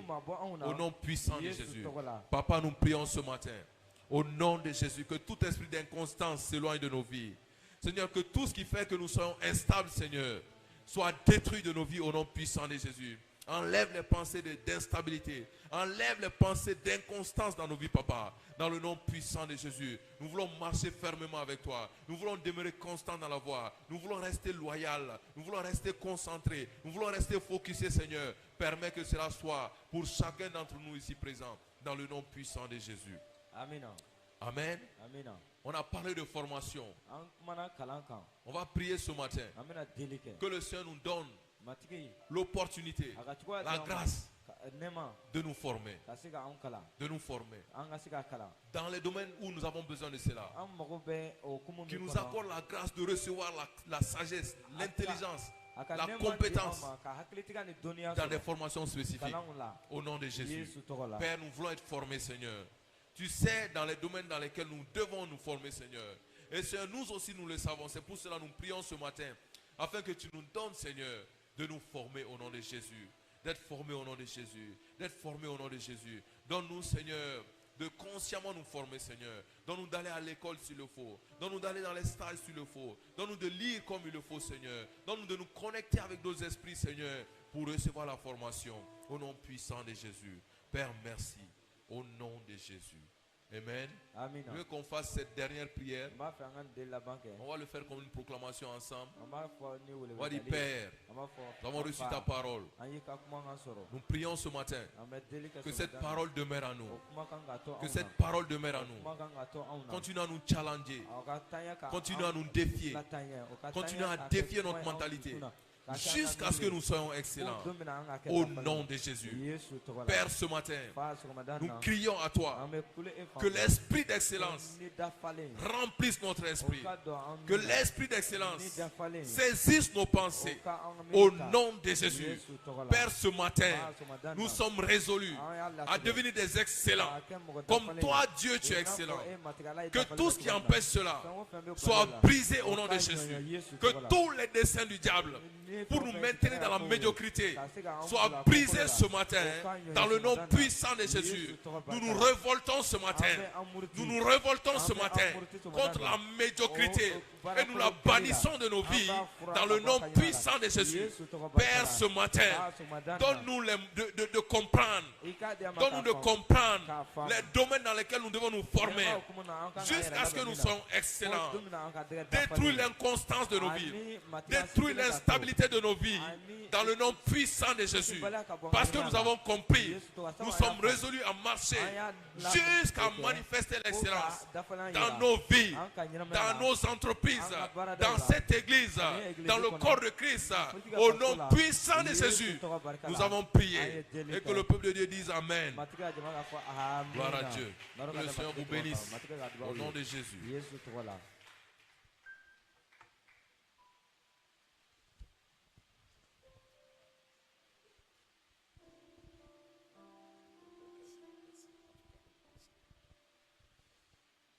Gloire au Seigneur. Est-ce qu'on peut bien acclamer encore le Seigneur? Alléluia. Avant de nous rasseoir, nous allons prier pour l'homme de Dieu. Nous allons prier pour l'homme de Dieu. Tu vas déclarer des choses pour sa vie. Je vous ai dit qu'il est DG de Somagec. C'est vraiment une société malienne de génie civil. Il a aussi besoin de faire des exploits encore. Je peux dire, comme Paul disait, il n'a pas encore atteint sa course. Et il est en train de poursuivre aussi l'excellence. Nous allons déclarer dans sa vie la gloire de Dieu. Dans sa famille, dans son entreprise, dans tous ses projets, qu'il rencontre Dieu. Et que Dieu le rencontre. Que Dieu l'élève. Au nom de Jésus, prions le Seigneur. Père, nous déclarons en ce moment. La Bible dit que celui qui arrose sera lui-même arrosé. Nous prions, oh Dieu, tu as vu combien ton serviteur se déploie pour, Seigneur, enseigner ton peuple, pour connecter ton peuple à cet esprit d'entrepreneuriat, Père. Nous prions encore en ce moment afin que tous ces désirs soient comblés par toi, que tu l'élèves, Seigneur, qu'il expérimente aussi l'excellence qu'il attend dans son ministère, Seigneur, dans sa vie, dans la vie familiale, même dans son entreprise, dans ses projets. Nous prions que tu l'élèves. Nous prions que tu le bénisses, Seigneur. Que tu puisses encore l'amener plus loin. Qu'il puisse voir ta gloire. Qu'il te rencontre et que toi aussi tu le rencontres. Père, manifeste ta bonté. Manifeste, Seigneur, ton amour, ta miséricorde. Manifeste ta grandeur dans sa vie. Qu'il ne manque de rien. Seigneur, qu'il soit couvert de ta gloire. Toute sa famille, toute son entreprise. Seigneur, ce qui ne va pas, enlève cela. Nous prions, ô Dieu Tout-Puissant, afin qu'il puisse un jour dire, comme David l'a bien si dit, bien Père éternel, depuis qu'il a été jeune, qu'il a grandi, il a vieilli, il n'a jamais vu un juste abandonné. Père, nous déclarons cela au nom de Jésus-Christ de Nazareth. Amen. Acclamons le Seigneur. Bien. Nous pouvons nous rasseoir. Que Dieu vous bénisse. Et nous disons un grand merci pour Papa Do. Que Dieu vous bénisse. Je vous ai dit que la réunion d'aujourd'hui sera une réunion spéciale. Vous avez compris, non? Avant, il y avait même des temps vides. Quand il vient comme ça, on fait passer d'abord le chantre, après il rentre. Mais aujourd'hui, il a refusé carrément. Et il ne donnait même pas l'impression de quelqu'un qui est épuisé et qui ne veut même pas finir. Donc c'est-à-dire que la matière est là. Et il est venu vraiment pour nous équiper. Et je crois que moi de ma part, vraiment j'ai beaucoup pris ce matin. Je ne sais pas toi aussi tu as. J'ai beaucoup puisé. Beaucoup puisé. Ce sont des... Comment je peux dire ça? Ce sont des trésors que Dieu nous donne. C'est un trésor pour nous.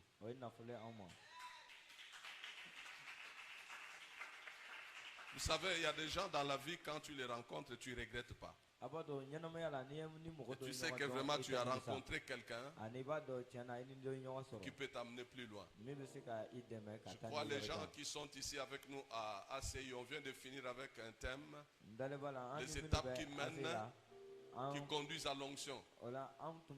Et parmi ces étapes, on parlait d'une étape qu'il ne faut jamais rencontrer n'importe qui dans ta vie. Il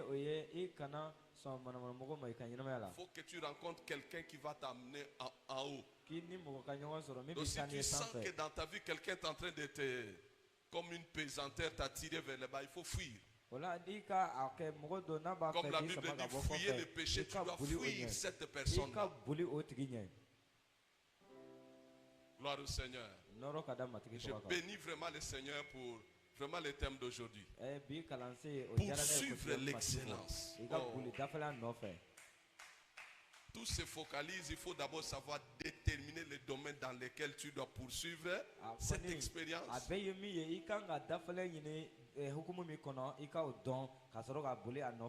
Et vous vous souvenez aussi que dans le thème de la conquête, on est en train de parler de ça. Si tu ne sais pas d'abord circonscrire le domaine de ta conquête, tu vas taper à côté. On ne peut pas conquérir en désordre. Il faut savoir fixer, il faut être focus. Et c'est ça le problème des enfants de Dieu aujourd'hui. Nous sommes en train de prier. Je crois que c'est Papa Dou qui a dit ça la fois passée. Si tu demandes au fait la personne, pour quel but tu pries? Tu dis, j'ai prié seulement. Bon, tu y as prié pourquoi? Tu y as prié pour quel but? La personne te dit simplement, non, je suis allé à l'église aujourd'hui, on a beaucoup prié. Quel était l'objectif de ta prière? Tu veux atteindre quoi? La personne est incapable de te dire quelque chose. Tu dois d'abord maîtriser ton domaine de prédilection. Et je t'assure que quand tu maîtrises ça, tu vas voir. Peu de temps après, tu vas t'envoler. Amen. Est-ce que vous savez que dans chaque domaine, il y a une onction particulière aussi? Est-ce que vous savez ça? Comme nous sommes là, si Dieu t'a appelé vraiment à faire des affaires, il y a une onction pour ça. Mais si Dieu ne t'a pas appelé à faire des affaires, tu dois faire la politique. Tu passes ton temps ici, tu peux faire comme il a dit 10 ans, tu n'auras rien. Mais le jour où tu vas te retrouver en politique, même un an seulement, tu vas voir que tout est parti en flèche.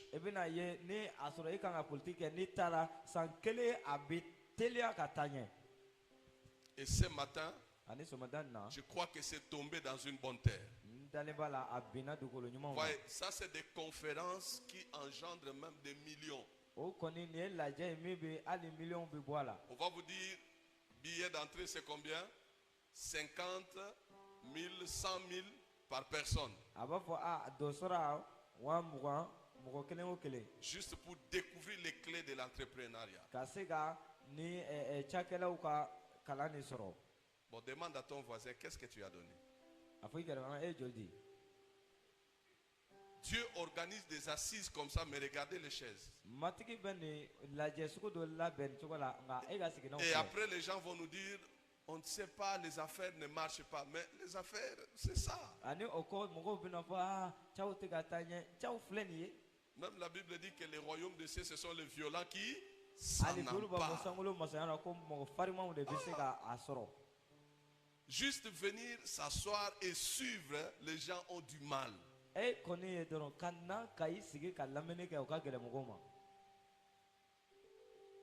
vous allez voir aussi, là où on les exige 50 000 droits d'entrée, ils vont là-bas, il n'y a rien de spécial. On dit absolument rien.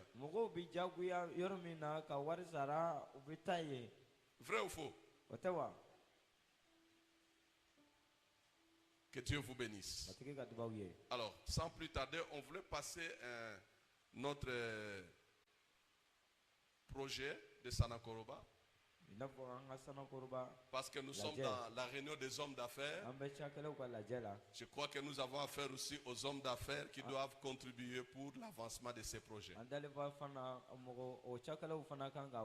si le missionnaire Ambroise peut déjà nous lancer.